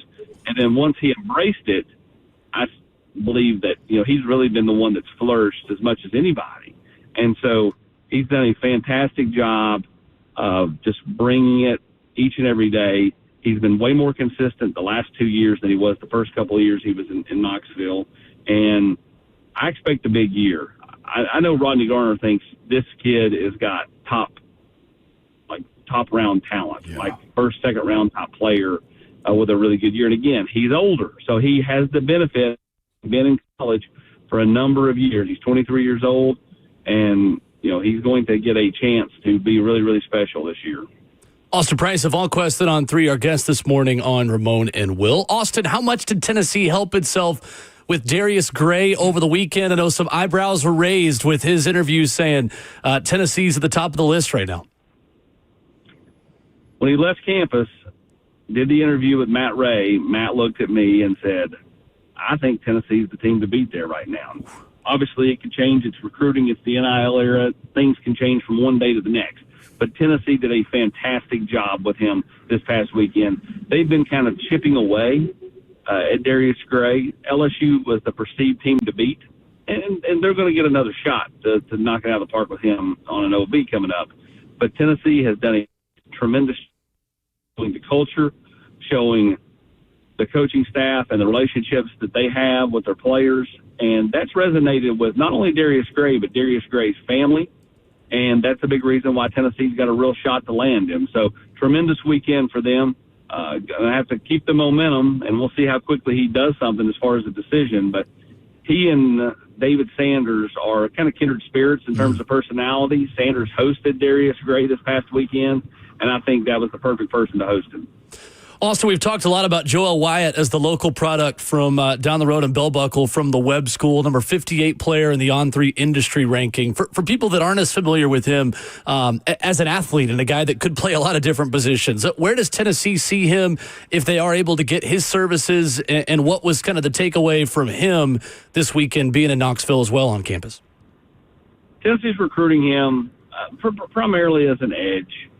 They've talked to him a little bit about other positions, but primarily they've been very upfront once they see him growing into a Leo, to a guy who rushes the quarterback a la James Pierce or Josh Joseph. I've never really seen it till this past weekend. The kid continually gets bigger and bigger. Like, he's always kind of been super tall, skinny.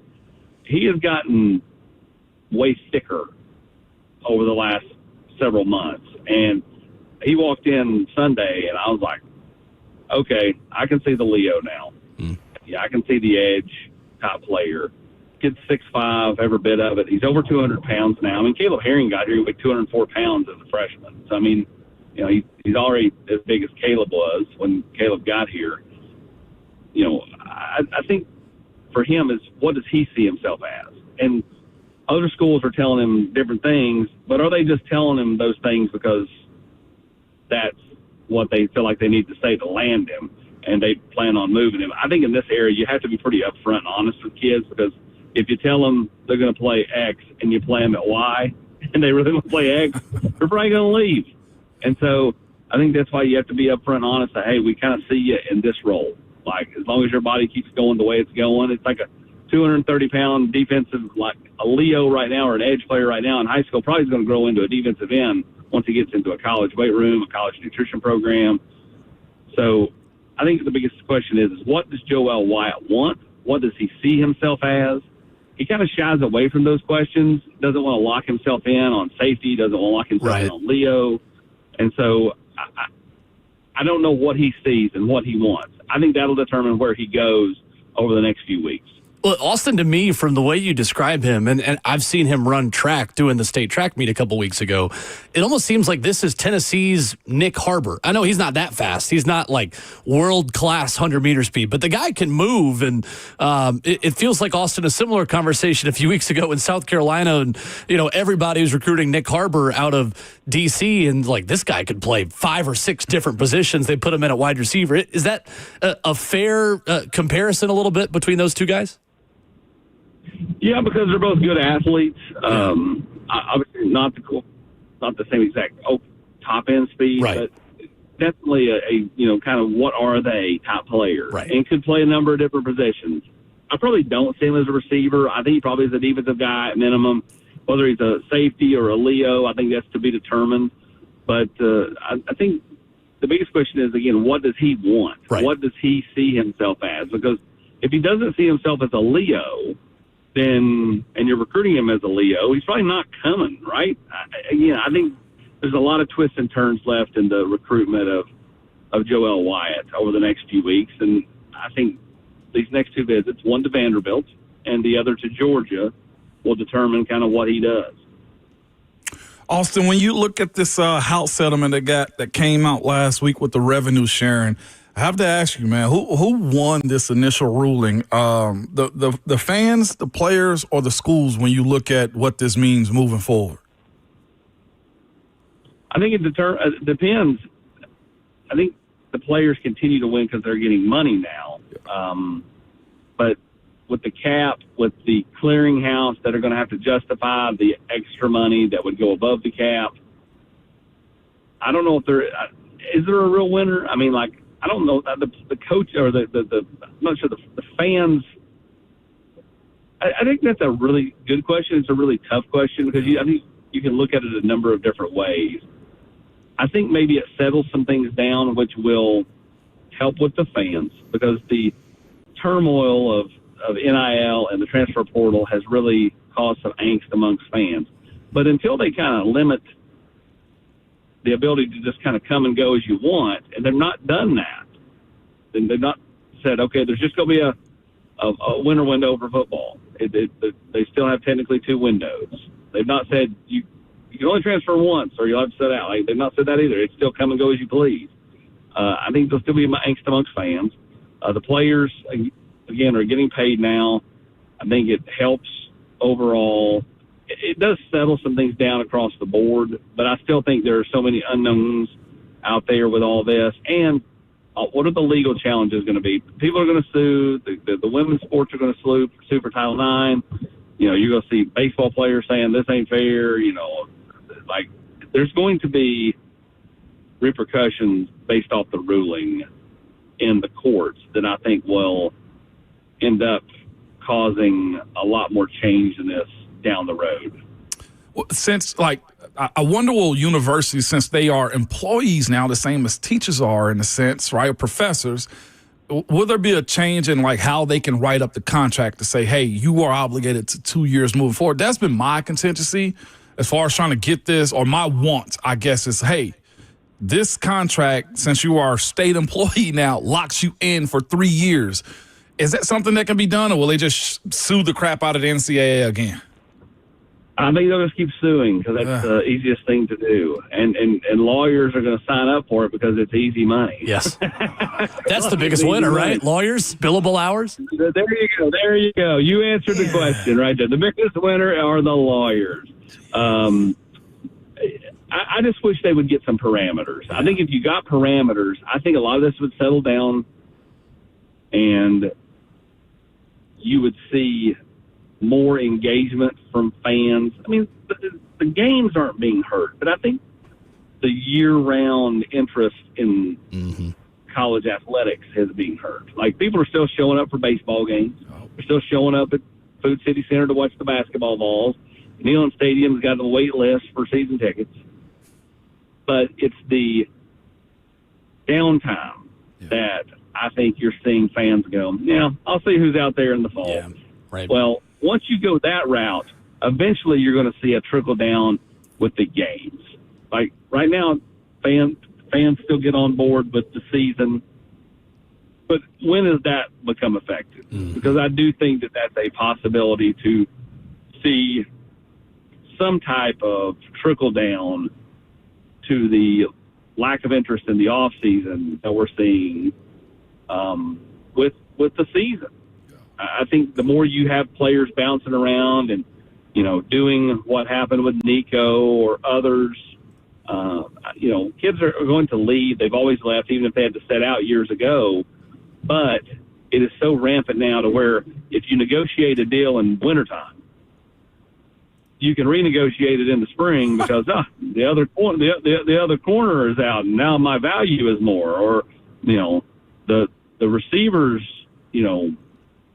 they're not as good as I thought, so I can leverage it for more money with quarterback position or whatever. Right. That's where it gets dicey with fans because it's like, you know what, I put a bunch of interest in this, and this kid just bolted out of here because his girlfriend broke up with him. That's where fans, I think, have lost a little oomph for it. Again, they're getting on board when you get September through December, but when does that wane a little bit? Austin, on the way out for you on the baseball front for Tony Vitello in Tennessee, how much does the House settlement impact Tony Vitello's ability to put together an elite roster when maybe you have schools like Vanderbilt that are going to have more of their big piece of the pie for baseball maybe than what Tennessee will be able to afford to do? And are there any big-time names you feel like are starting to emerge in the transfer portal? I know the Virginia guy on campus, there's an ETSU pitcher out there. What are you hearing about Tony Vitello's pursuit early in the transfer portal? I don't think Tony will be slowed down by the House settlement. Obviously, baseball will have a cap. They can go above the cap if they can justify it. I'm sure there's going to be – I think it'll be easier to justify deals in baseball. Right. Where kids may get 30 or 40 grand versus, several $100,000 for an NIL deal with the other sports. So I think it's easier to do that probably because there'll be less money involved in baseball than there will be football and just overall. So I don't think he will be slowed down. He's obviously hitting the ground running after the season ended Sunday in Fayetteville. And you're right, Brady Frederick, former Bearden pitcher, sinker baller, SoCon pitcher of the year at ETSU. He's got one of those different type A.J. Causey type deliveries. And he's in town today. And so we hope to catch up with him. I know Vanderbilt's also recruiting him a little bit. And the kid grew up a Tennessee fan. Grew up loving the orange. So the chance to come back to Rocky Top, I think, will be something that is very appealing to him. And Tennessee's got a lot of needs. They got to find, I think, catching help. He's got to find hitters. They got to find pitchers. They're going to have a lot of change, much like last year. There's a lot of change to the roster. I think baseball of all sports, though, you'll see more change than any of the others because there's so many kids that come in and either get drafted and don't make it or, get booted after fall ball, so on and so forth. So I think that's the one real sport where you'll be like, okay, tell me who's on the roster in January. We'll start figuring out who these kids are when the season starts in February and go from there. Makes sense. Good stuff. As always, with our good friend Austin Price of VolQuest on 3, joining us Tuesdays at 8:20 here on the show. Thank you, Austin. Appreciate you. Appreciate you guys. Thanks. Yes, sir. Austin Price with us here this morning, diving into the details on a number of fronts and interesting stuff there in the baseball front. I know that ETSU pitcher, a no-contact tag. So doesn't always mean you're just going to one school. It just means, hey, we'll reach out to you. We'll reach out to you. Yeah. I don't want to complicate my process. That's probably the way I'd do it. Sounds like honest. Your phone starts to blow up a little bit if you're a good player in the portal. Heck, I don't know what it's like to be that athletic, so it's hard for me to put myself in those shoes. But if I was a good athlete, I would do it. You control your own conversation. 615-737-1045. More NFL headlines. Another star player, this one in the NFC, not reporting to mandatory minicamp today. Plus, major SEC coaching news yesterday that may have gone under the radar a little bit. I think it's significant. We'll talk about why next.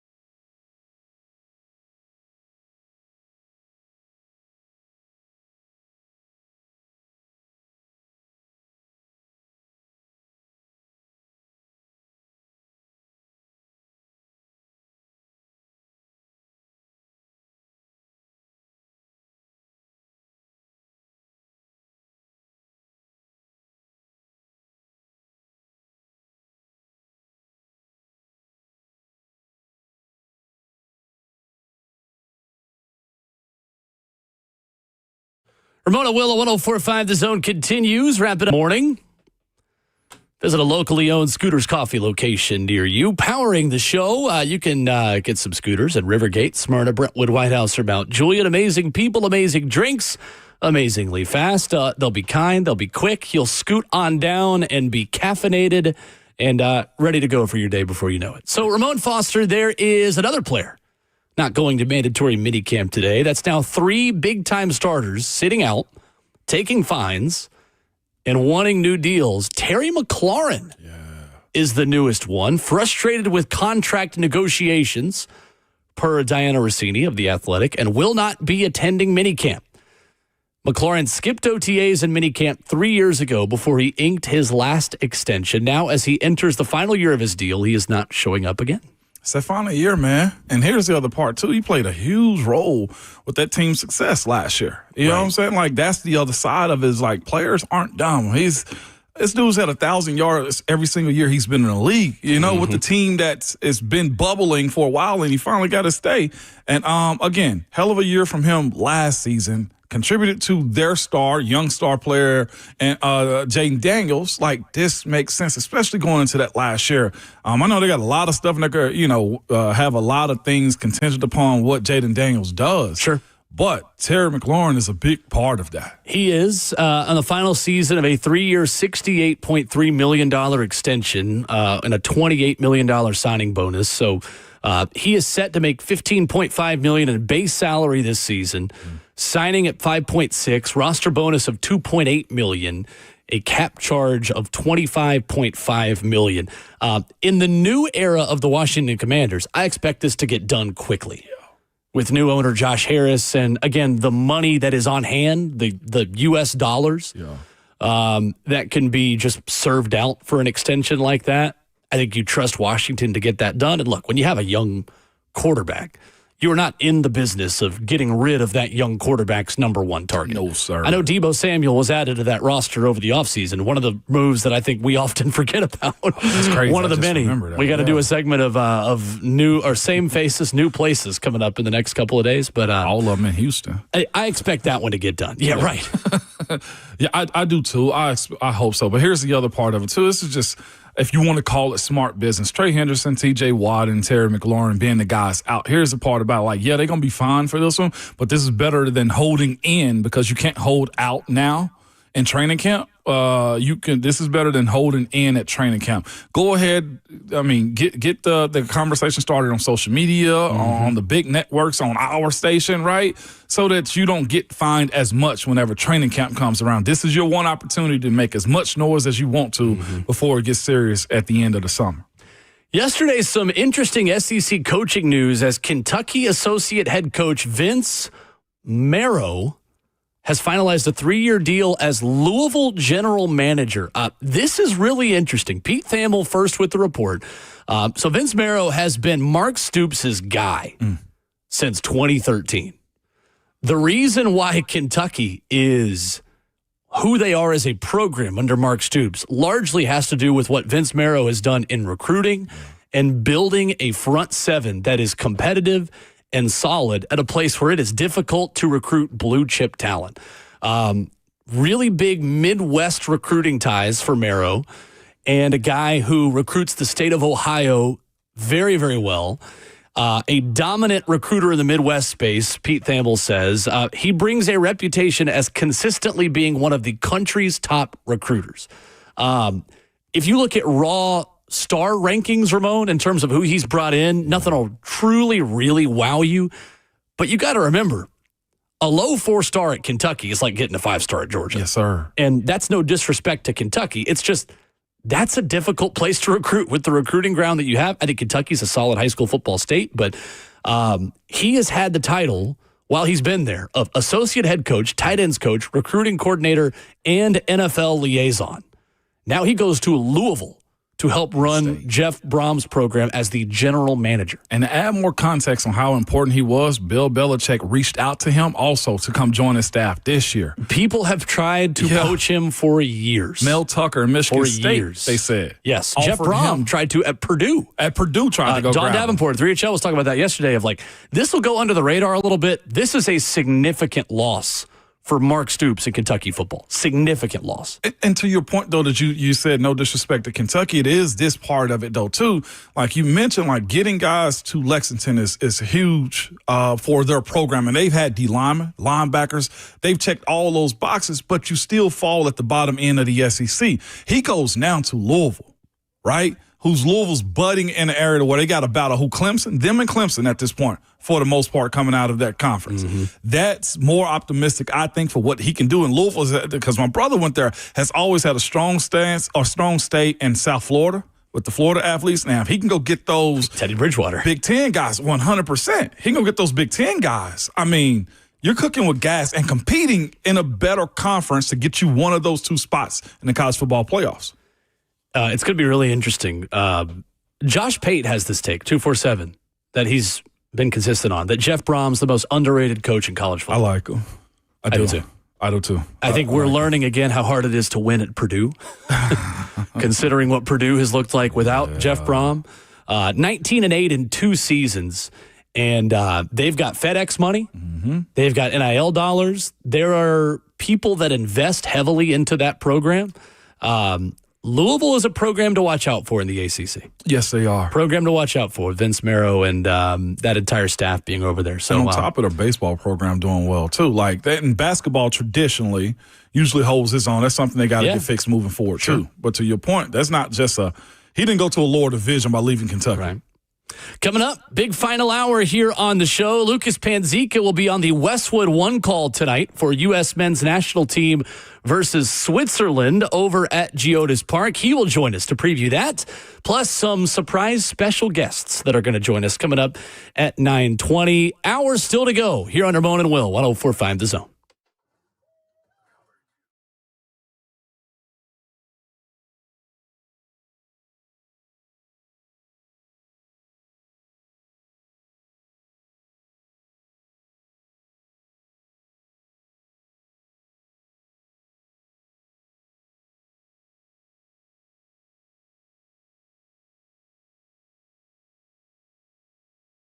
It's Ramon Foster for All-American Pest Control. Good people, last time All-American bug expert was out at my house, I asked him about the green things in my yard. You're wondering, what are the green things? Well, it's Centricon, and it's included in my Complete Care Max program, along with mosquito misting, yard treatment, and pest control for my home. The ring of small stations work night and day to stop termites before they get into your home, just like that, man. And I have All-American's termite damage warranty, so if a termite gets in and do damage, they will pay for the repairs. It is that simple, good people. If you want a peace of mind and a reliable team, call All-American Pest Control. Just reach out to them on the website. We're mostly on our phones. Anyway, you can visit the website, listen to me closely, at yuckbugs.com. Yes, that's yuckbugs.com. And be sure to tell them that Ramon sent you.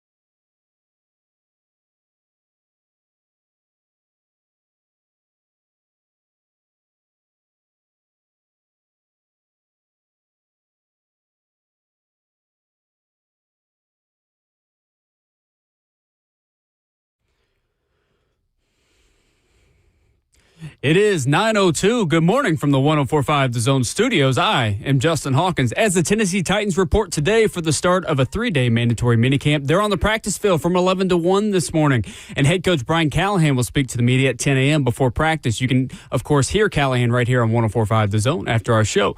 In other NFL news, a contract punting contest. Yesterday, the Jacksonville Jaguars and punter Logan Cook signed the NFL's highest contract for a punter at 4 years, $16 million. Then this morning, the Seattle Seahawks and punter Michael Dixon won up Cook by signing a 4-year, $16.2 million extension, now making him the NFL's highest paid punter. Also this morning, AFC North edge rushers and Steelers TJ Watt and Bengals Trey Hendrickson are reported to not be reporting for mandatory minicamp this week while seeking contract extensions. Also in the NFC, Commanders wide receiver Terry McLaurin also reported to not attend minicamp as he awaits a contract dispute.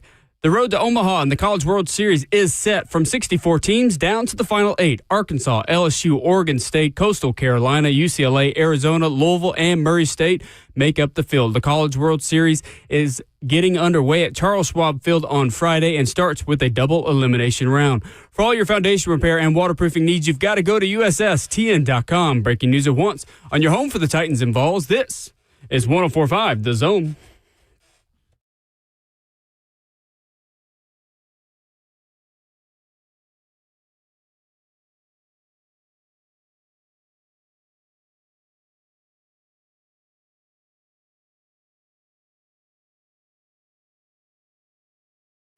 Ramon Will at 104.5 The Zone, fourth and final hour on this Tuesday.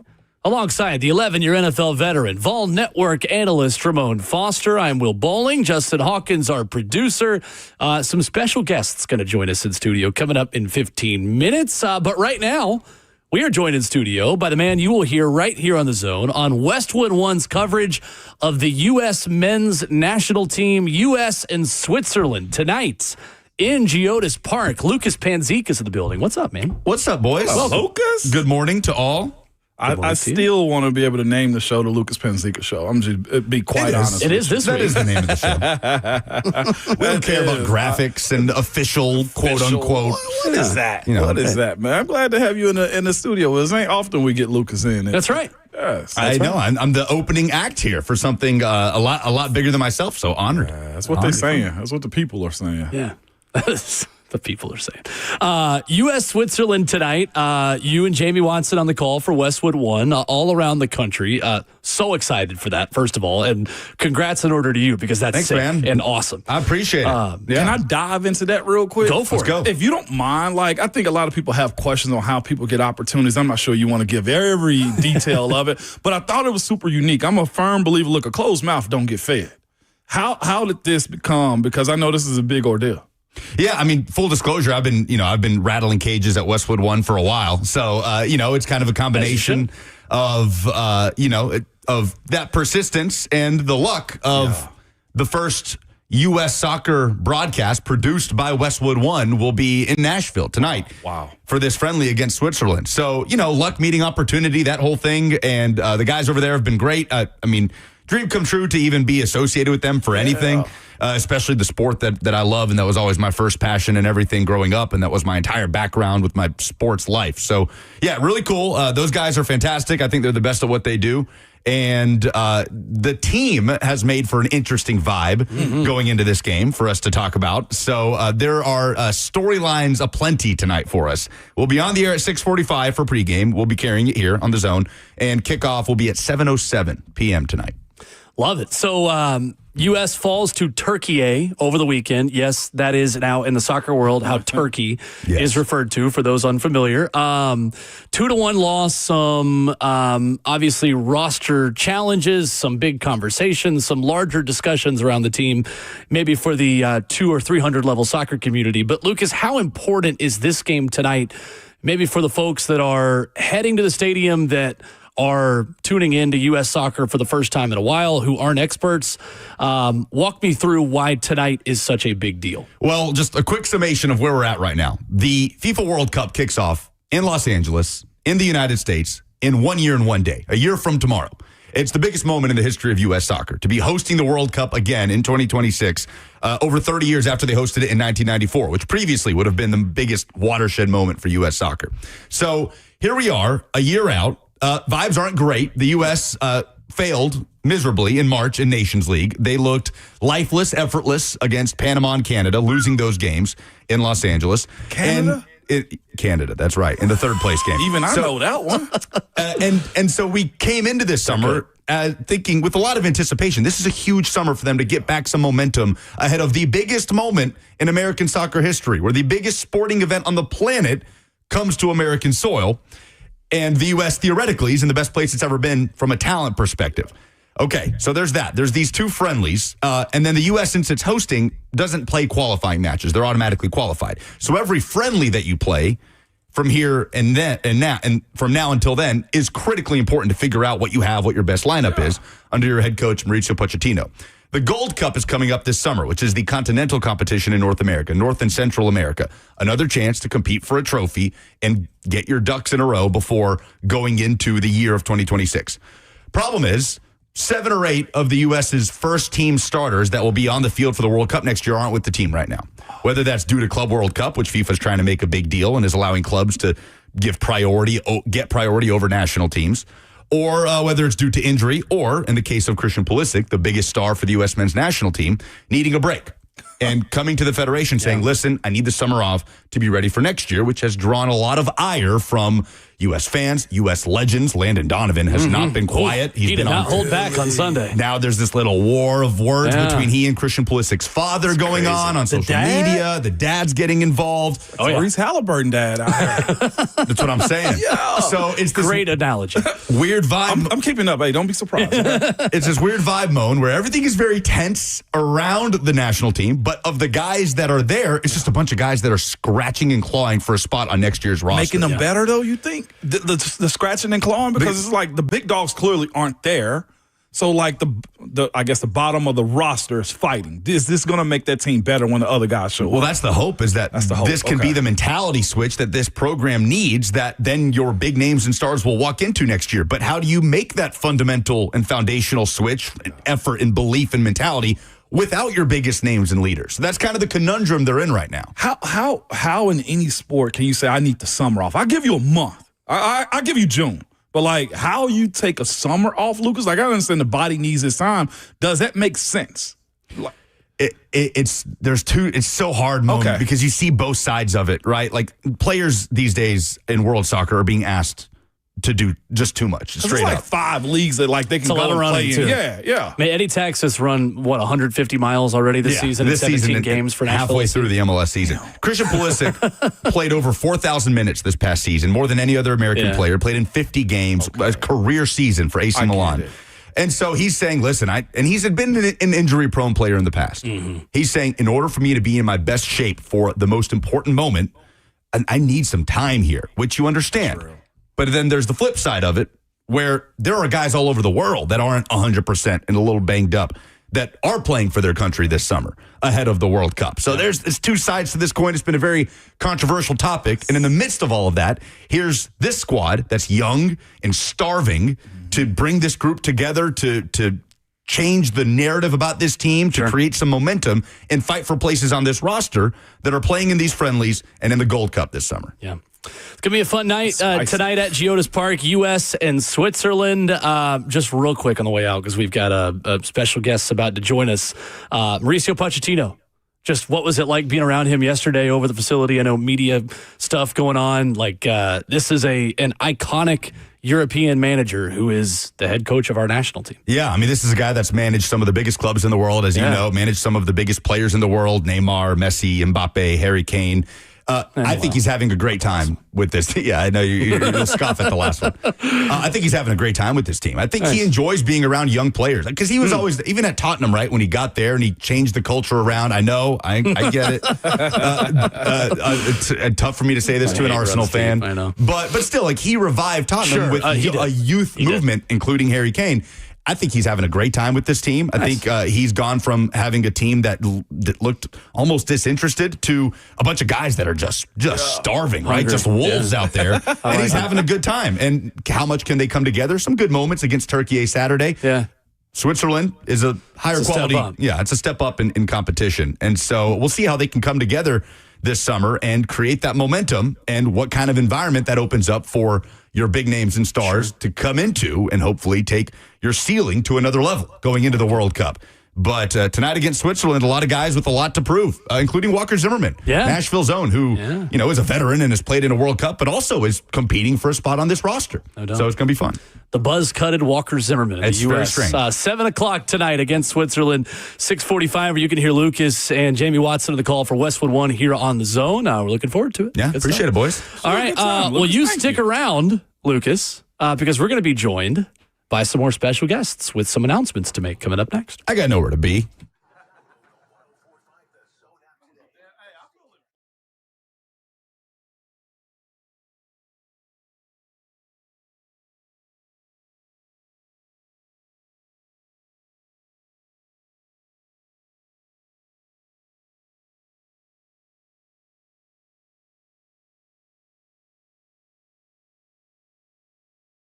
Did you know that up to 50% of the air you breathe in your home comes from your crawl space? Have you ever looked in your crawl space, though? I get it. Most of us don't even want to know what's in there. But moisture in your crawl space can create unhealthy issues that make their way into the air you breathe every day in your home. And this is where United Structural Systems can help you. USS has been keeping homes dry and stable in Middle Tennessee since 1994, so you know they aren't going anywhere. Help control moisture and musty smells with mold treatment and crawl space encapsulation that comes with the USS guarantee. Encapsulation helps reduce high humidity in your crawl space.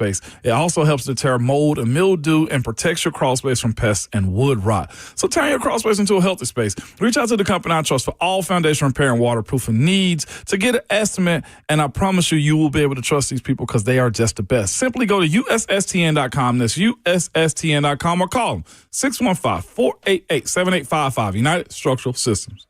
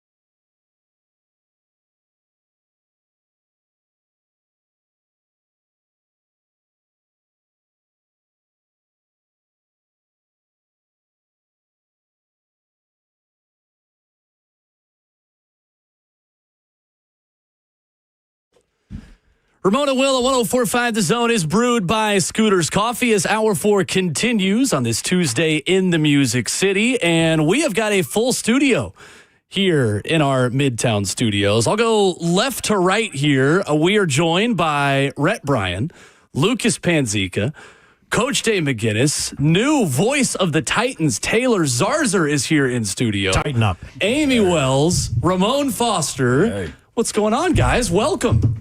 How are ya? Good. There's a button that you got to push, Amy. Do I even work here? I've never done this before. They don't let me in the nice studio very often. Hit the on, not the off. This is probably what I was hitting off. That's funny. Anyway, so happy to be here with you guys in the morning. I'm going to have some coffee so we can figure ourselves out. But we figured that we would get the group together. This is actually the first time that the Titans radio team for 2025 has all been together in the booth. And I say all of us. Yeah, what do you mean by that? Is there something you'd like to tell everyone? Why, thank you. I say all of us because we wanted to announce that the newest addition to our team as a sideline reporter is Will Bowling. Let's go. How about that? And we are so excited to have Will as part of the team. And it seemed appropriate to do it on your show with Ramon Foster, so Ramon can impart his knowledge of what it means to be a sideline reporter. But before we do that, I want to run through the lineup real quick, because we've got Will Bowling on the sidelines. Rhett Bryan's the executive producer of Titans Radio, as always. Taylor, of course, you are going to be our beautiful play-by-play man. We've got a color analyst, of course, in Dave McGinnis. And then we've got Lucas Panzica, who is going to be our pregame and postgame game day host. And we are so excited about that. Happy to be here. Fantastic. Guy's got some great hair, by the way. Yeah. Really good hair. We've got a lot of good hair in this group. That's a first for me. It's actually a prerequisite. I don't think you knew that, but yeah, it's hair first. Hair, You then also voice. will be on the sidelines. You forgot that part. Oh, I did forget that part. Yes, Yeah. I'm coming back, folks. Let's go. Can't keep me away. So Will Bowling and I are going to be sharing the sideline duties, and I'm so excited to work with Will. I'm excited to be back on the field. It's a little sad to give up my really good vantage point, because now I've got like short people problems again. But I am so excited to be back. It's going to be great. We have some young children at home in the Wells house, and so we're not going on the road. Amy's not going on the road, so Will is going on the road, and Amy is going to challenge those little children at home on Sundays listening to the Titans radio. Do you have a torch, Ramon, you can pass Will? I do, man. Robert's got a lighter back there for sure. I need a laser At the very least. to just put it in his eyeball real quick. I know. Congrats, man. Super excited for you. Amy, welcome back to the sideline. So you were sitting in Taylor's seat when you passed the torch to me the last time. Yeah. And that was super cool. So to see you back on the sideline is dope also. But Will getting his opportunity. Lucas also. Y'all are in a great crew is what I would tell you. Professional, fun, serious at times, but it's also the enjoyment of what everybody loves is the Tennessee Titans. So it's going to be super cool. The original voice of the Titans, who we love, Mike Keith, would say, the Titans got better today. Yes. And we did. And I love when I get these phone calls from Coach Mack when he sees something he likes at practice, at OTAs, or this week at minicamp. He'll call me and say, hey, man, Coach Mack here. I just saw a dude out there on the field. Is Will Bowling a dude?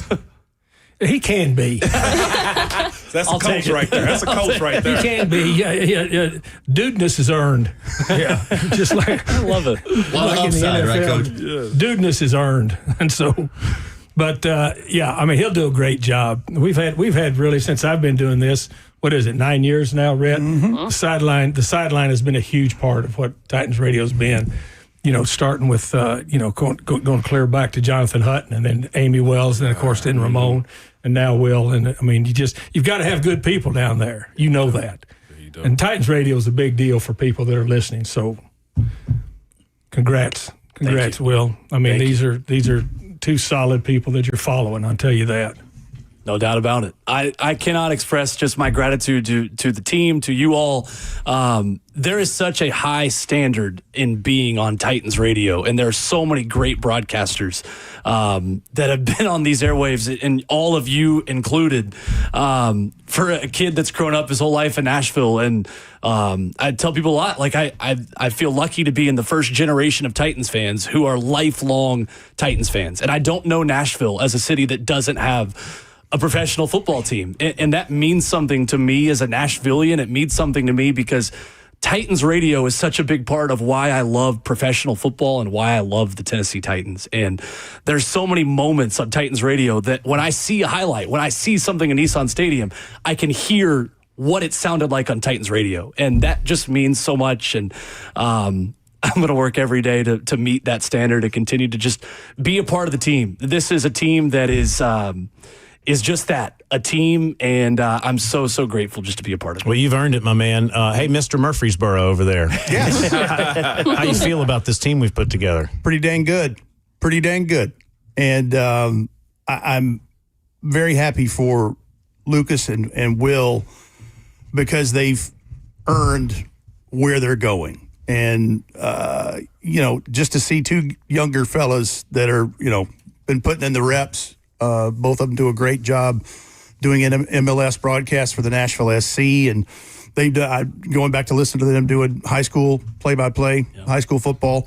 They put in the reps, and they've got a chance to shine now. And Lucas will do a great job with the game day hosting stuff, and I will be ready to help you in whatever capacity there. We will collaborate quite a bit, scripting and writing and producing. And just know that I'm super happy for Amy coming back to the sidelines. Yes. And she'll tell you, I'm the weather nut on Titans radio, and I will have a complete weather forecast if there's inclement weather and a chance of it. We'll have a map of the stadium, where we are, directionals, and what we can expect. How many times have I told Amy Wells, hey, between the second and third quarter, it could be south to southwest winds, 15 to 20 miles an hour. That will change at some point in the fourth quarter into a swirl, into a swirl. I love it. As part of your sideline kit that you will be provided with once we assemble it, there will be a compass in there so that you can get yourself oriented to which way you are, so that when they say, Amy, which direction's the wind coming from? Perfect. North. I don't know. We'll get you a compass. Right, but that's why I print you a stadium map with that on there. Red is so good. And then I was like, hey, this is Titan sideline. You'll be here. That's the visitor sideline. There's a big X where you stand. No, it's Rhett knows everything about the weather at all times. You'll text him on a Tuesday. Be like, Rhett, what, is it going to rain? Is it coming to me? And he'll know. And then I would text back something like, no, right now forecast models are showing. It's local weather on the 8th and traffic coming up next on 104.5 The Zone. I'm glad that we've got a guy that's got a Z in his last name that's going to join us as well. That's what I'm talking about. Yeah. Now, you guys are going to tell us when we mess up, right? Yeah. Okay. Just making sure. Coach Mac's in charge of that. Yeah. Lucas, I got no problem with that. I know it, Coach. We will air check. We will critique. But the thing is, Lucas, you have been with us for a few seasons now doing an excellent job in scoreboard updates and NFL previews, setting the table for games that are on the slate at the same time the Titans are playing. So you know what the expectation is, and you know it. Being a young fella growing up. I mean, you told me the stories, Will, about getting out of church. Mom's got the crock pot simmering. Pot's going and da-da-dun, da-dun, da-dun, da-da-dun, da-da-dun, the old da-dun, network theme music. Yeah, like that's how I grew up, for sure. Coach Mac, what were you going to say? Well, I mean, I didn't realize what a touch point Titans radio was for the fans until I came back and started broadcasting. Because I coached here for 8 years. I mean, and it was rolling then, and did some things with it, but you really don't understand. And since I've been back, I mean, it's a real touch point, not only for the community, but for the entire area. I've met so many, and this is the great part that I like about this now, because when you're coaching, you can't get to interact with the fans. I mean, it's just different. It's a different world. For 31 years, I mean, I was focused on a lot of different things. But this is a wonderful, wonderful way not only to reach the fans, but to be able to be involved with it. And then both these guys that are joining us, and Taylor also. I mean, it's a big deal. It's a big deal. And I told Ramon this. When he came into it. I mean, you've got a double-digit vet in the league, and he came in and dug in and worked, because it's like a coaching staff. And then on game day, it's game day. Mm-hmm. And none of this happens without Rhett Bryan. I'm just telling you right now. We sit here and talk about absolutely. I mean, Rhett Bryan, and I mean this whole thing is a combination of really good people doing really good work. And I'm glad these two guys are with us now. I appreciate you saying all that. It is personal. This audience that you have on Sundays, it's a personal experience, and it's going to be personal for us too. This is quite the team that we've assembled here. Can we just share real quick, Will, that you and I have sort of kind of worked together before? A little bit, yes. So it was Jeremy Pruitt's first home game as the head coach at the University of Tennessee. Oh, good times. 2018, an era that we've forgotten. Let's bring it back up again as Tennessee fans. That's right. So I was a senior at Tennessee, and we had ESPNU Campus Connection on campus that week, where journalism students get to shadow the broadcast for one home game a season typically. So for the ETSU game, my advisor set me up and said, hey, I'm going to have you set up in the booth where you can shadow the play-by-play guy. And that was Taylor. So it was Taylor, Matt Stinchcomb, Chris Budden was on the sidelines that day, and you guys could not have been more welcoming for me. And it was just so cool. Like, you guys, through the production meetings that morning, we got to the stadium at like 8 a.m. It was a hot noon game. I was glad to be in air conditioning in the booth. And there was a lightning delay, a rain delay. And you both were like, hey, like, put on the headset. Like, let's do a fake open. Like, let's just try something out. And so there's a picture, I'll put it out later, of the two of us on the headset together in the booth in Neyland doing a fake open together for Tennessee ETSU during a rain delay. And I remember I blew right through what the producer was counting me in on. He was like, oh, you're a true play-by-play guy. You don't listen to the voice in your head. Which was funny. But it was such a good time. And I've followed your work on SEC Network and golf as a golf junkie. Like, we'll nerd out about all that. Don't worry. And it's been so cool watching your career and watching you kind of come back to this community where you've been too. So just so blessed and grateful to have the chance to work together. And that was a cool full circle moment from 7 years ago. Now, was Taylor the analyst in this scenario? That was Taylor play-by-play. But you were doing a mock open as the play-by-play, and Taylor correct. was the analyst. I think in you the might mock have just open. just which out of should support. never happen, by the way. Yeah.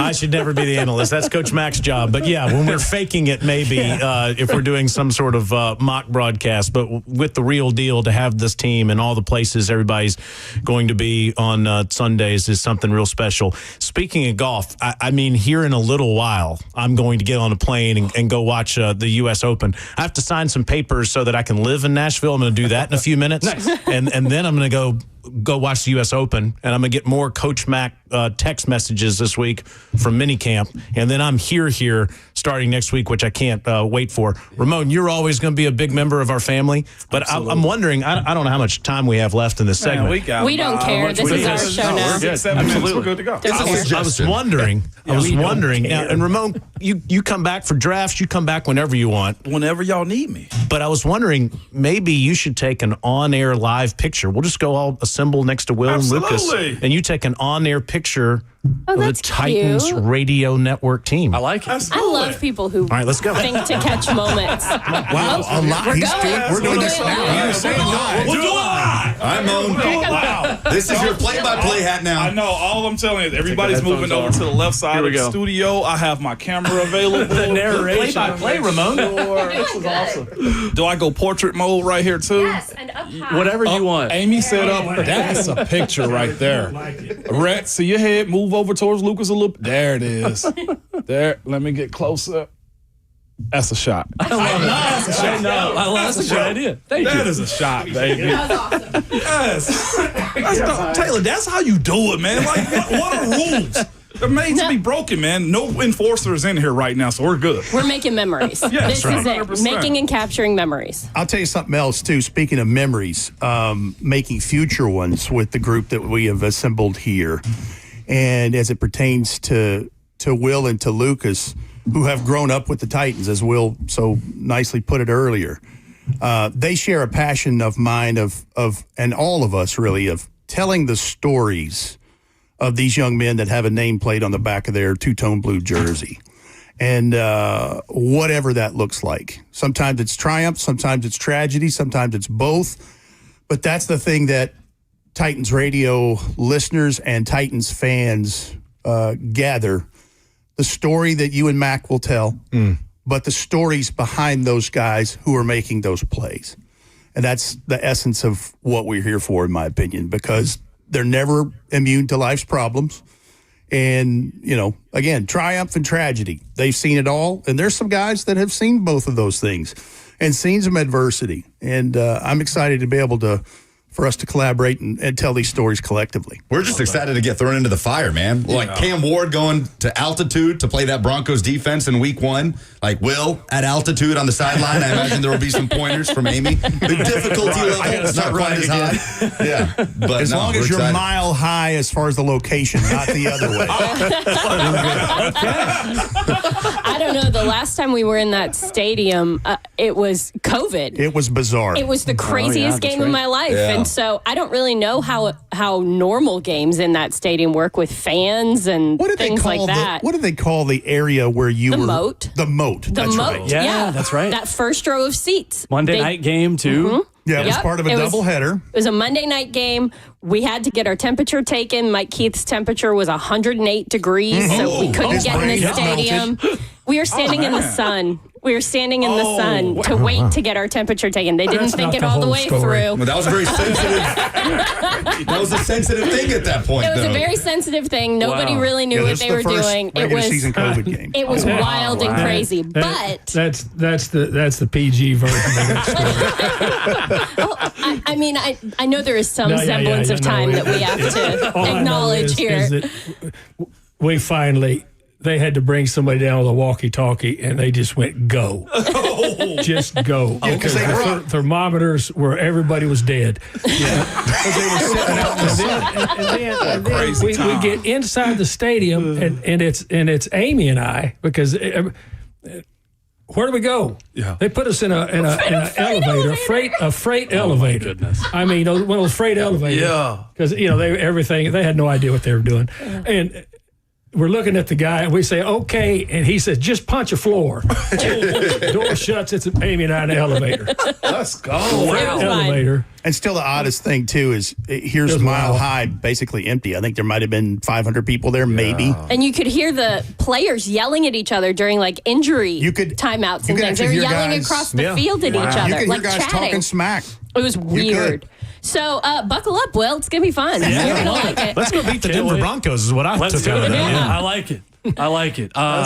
Such a fun announcement. And again, really appreciate you guys and the opportunity to work together, be a part of the team. Can't wait. Congrats to Will and Lucas. Thank you. Appreciate it. More Ramon and Will. We will wrap up the show with you coming up next.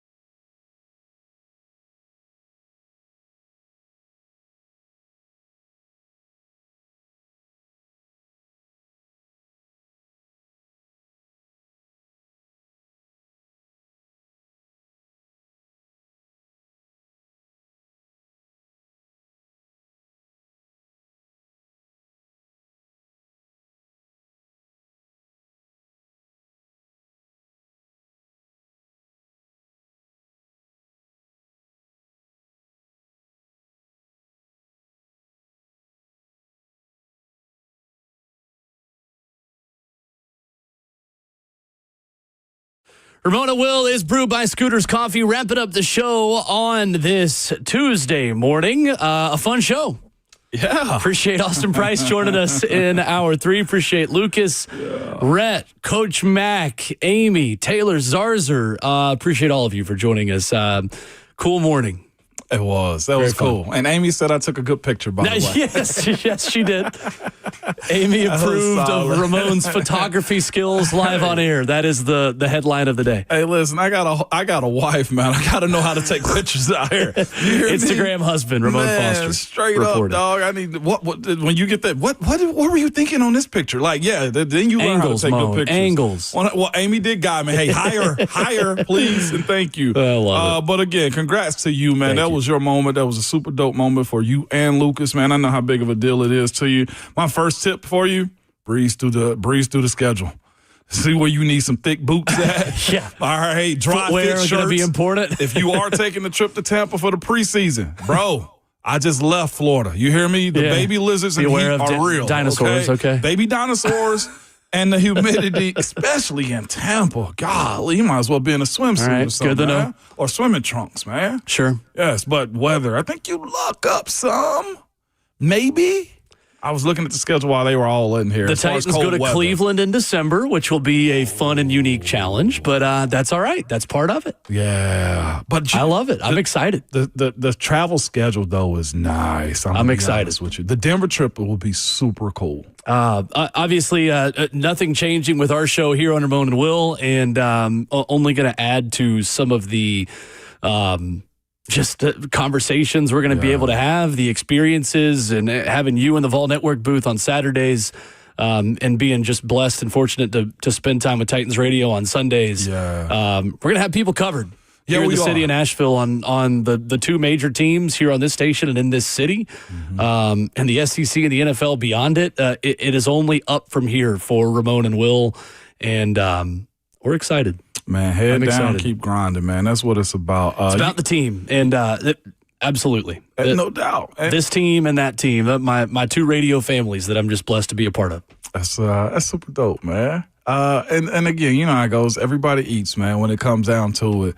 And that's right. Just glad to see that you grabbed their attention, you got it, and that was on your own merit right there. So pretty sweet. The only reason I'm in position to do any of this is just the investment people have made in me and my parents, my family, my inner circle, Peyton, my fiance, just such great supporters of following a dream. And this is about as big of a dream as it gets for me. But between you, Jonathan Schaefer, Robert Walsh, Rhett Bryan, the people that have invested in me in this building since I got here, crazy enough, 6 years ago last week, which is kind of crazy. You guys have helped put me in position to have an opportunity like this. So I have you all to thank. I have so many people, and Allison Warren, Paul Mason, Brad Willis, who hired me here in 2019. It is just, I feel so blessed and fortunate. And God has surrounded me with so many great broadcasters, and beyond that, just great people, beyond good broadcasters who are willing to invest in young people who want to learn and want to be around. So excited for Lucas too, and the opportunity he's going to get. You know, Lucas and I have worked so many games together in so many different sports, and pumped to add an NFL booth into things we've been able to do together. And Lucas is a great friend and a great broadcaster, and just I cannot wait for this fall, man. No doubt. It's going to be so much fun. And just talent-wise, too, piggyback off of what you just said, you and Lucas, man, have some of the brightest futures as it pertains to your age that you're at right now and what's in front of you. So for both of you guys, Lucas got a big game tonight. Is it tonight? Yeah. Yes, tonight. 7 o'clock, 6:45 right here in the zone. And that's just one stop for him, man, as it pertains to what I think his future is going to look like. Again, the talent here is pretty doggone solid. So congrats again to both of y'all, all of y'all, man. And watching everybody level up is it's kind of cool, man. I enjoy watching y'all in here do this more than like me receiving something. So I love that type of stuff, watching people get theirs, if that makes sense. It's going to be fun. Everybody eats. Everybody eats, B. That's right. Sometimes you just got to be there long enough, and that's all it is sometimes, man. So congrats to you and Peyton. I told you coming off break, I was like, I know it's Father's Day weekend, but somebody need to be making a steakhouse reservation for you. I'm asking Peyton, pull the card out. You owe one. It's all right. You owe it's all one. good. And she's making her way here too, man, anchoring and doing stuff too. Yeah, so absolutely. Pretty sweet. Plus a wedding. Dang. Slow down. Leave some excitement for the rest of us. We're trying to. No, just very blessed, very fortunate, and it's my people in my circle that have helped make all this possible. So, so many people to thank and so many people to appreciate. That's enough about me because I get uncomfortable in situations like this. He's right. Titans mandatory minicamp. They're going to be on the practice coming up here in minutes. You'll hear Brian Callahan speak with the media at the top of the Lucas and Bert show this morning. What are you interested to hear from the head coach coming up here in a few minutes, Ramon? From the head coach, everybody accounted for. I kind of want to hear that one. Yeah, sure. We've talked Where's about Jeff? Yeah, TJ not being here. I don't doubt Jeff is not here. But like I said, Milton Williams messed up the entire market in a good way. So it'll be fascinating to see how his situation play out. All hands on deck, and what does that look like too? And if I'm Jeff, how many reps is Jeff getting on a week like this? Since preservation of his offseason is big, will Callahan address that side of it too? How they'll manage him this time of the year? So those are the things I kind of want to hear from Callie this time around. Sure. I think division of reps at quarterback continues to be interesting, and the maturation of Cam Ward is, of course, going to be the focus and be the priority. So what is the next step for Cam? What does this week look like that might be unique or different from what happened last week? I think is what I'm curious to see. And in practice, just on the field, I'll be over there and we'll have all the reaction you need tomorrow morning. But interested to see what else they can put on his plate this week for mandatory minicamp. He should be. It's about a month in now. Yep. On the field, he should have most of the install at this point in the off season. Managing it well so far. You don't want to start off training camp relearning or saying, "Hey, we didn't go over this." Most of it should be in. So seeing both sides together fully in minicamp be a great test for him.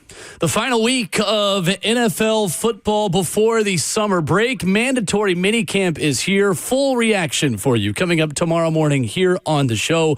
Back at it, 6 a.m. right here on the Zone and Zone TV. And Ramon Foster with The Way Out. Final words. Good people, congratulations to Titans Radio again, man. That's awesome. But remember at all times, your Twitter fingers and your mic is always hot.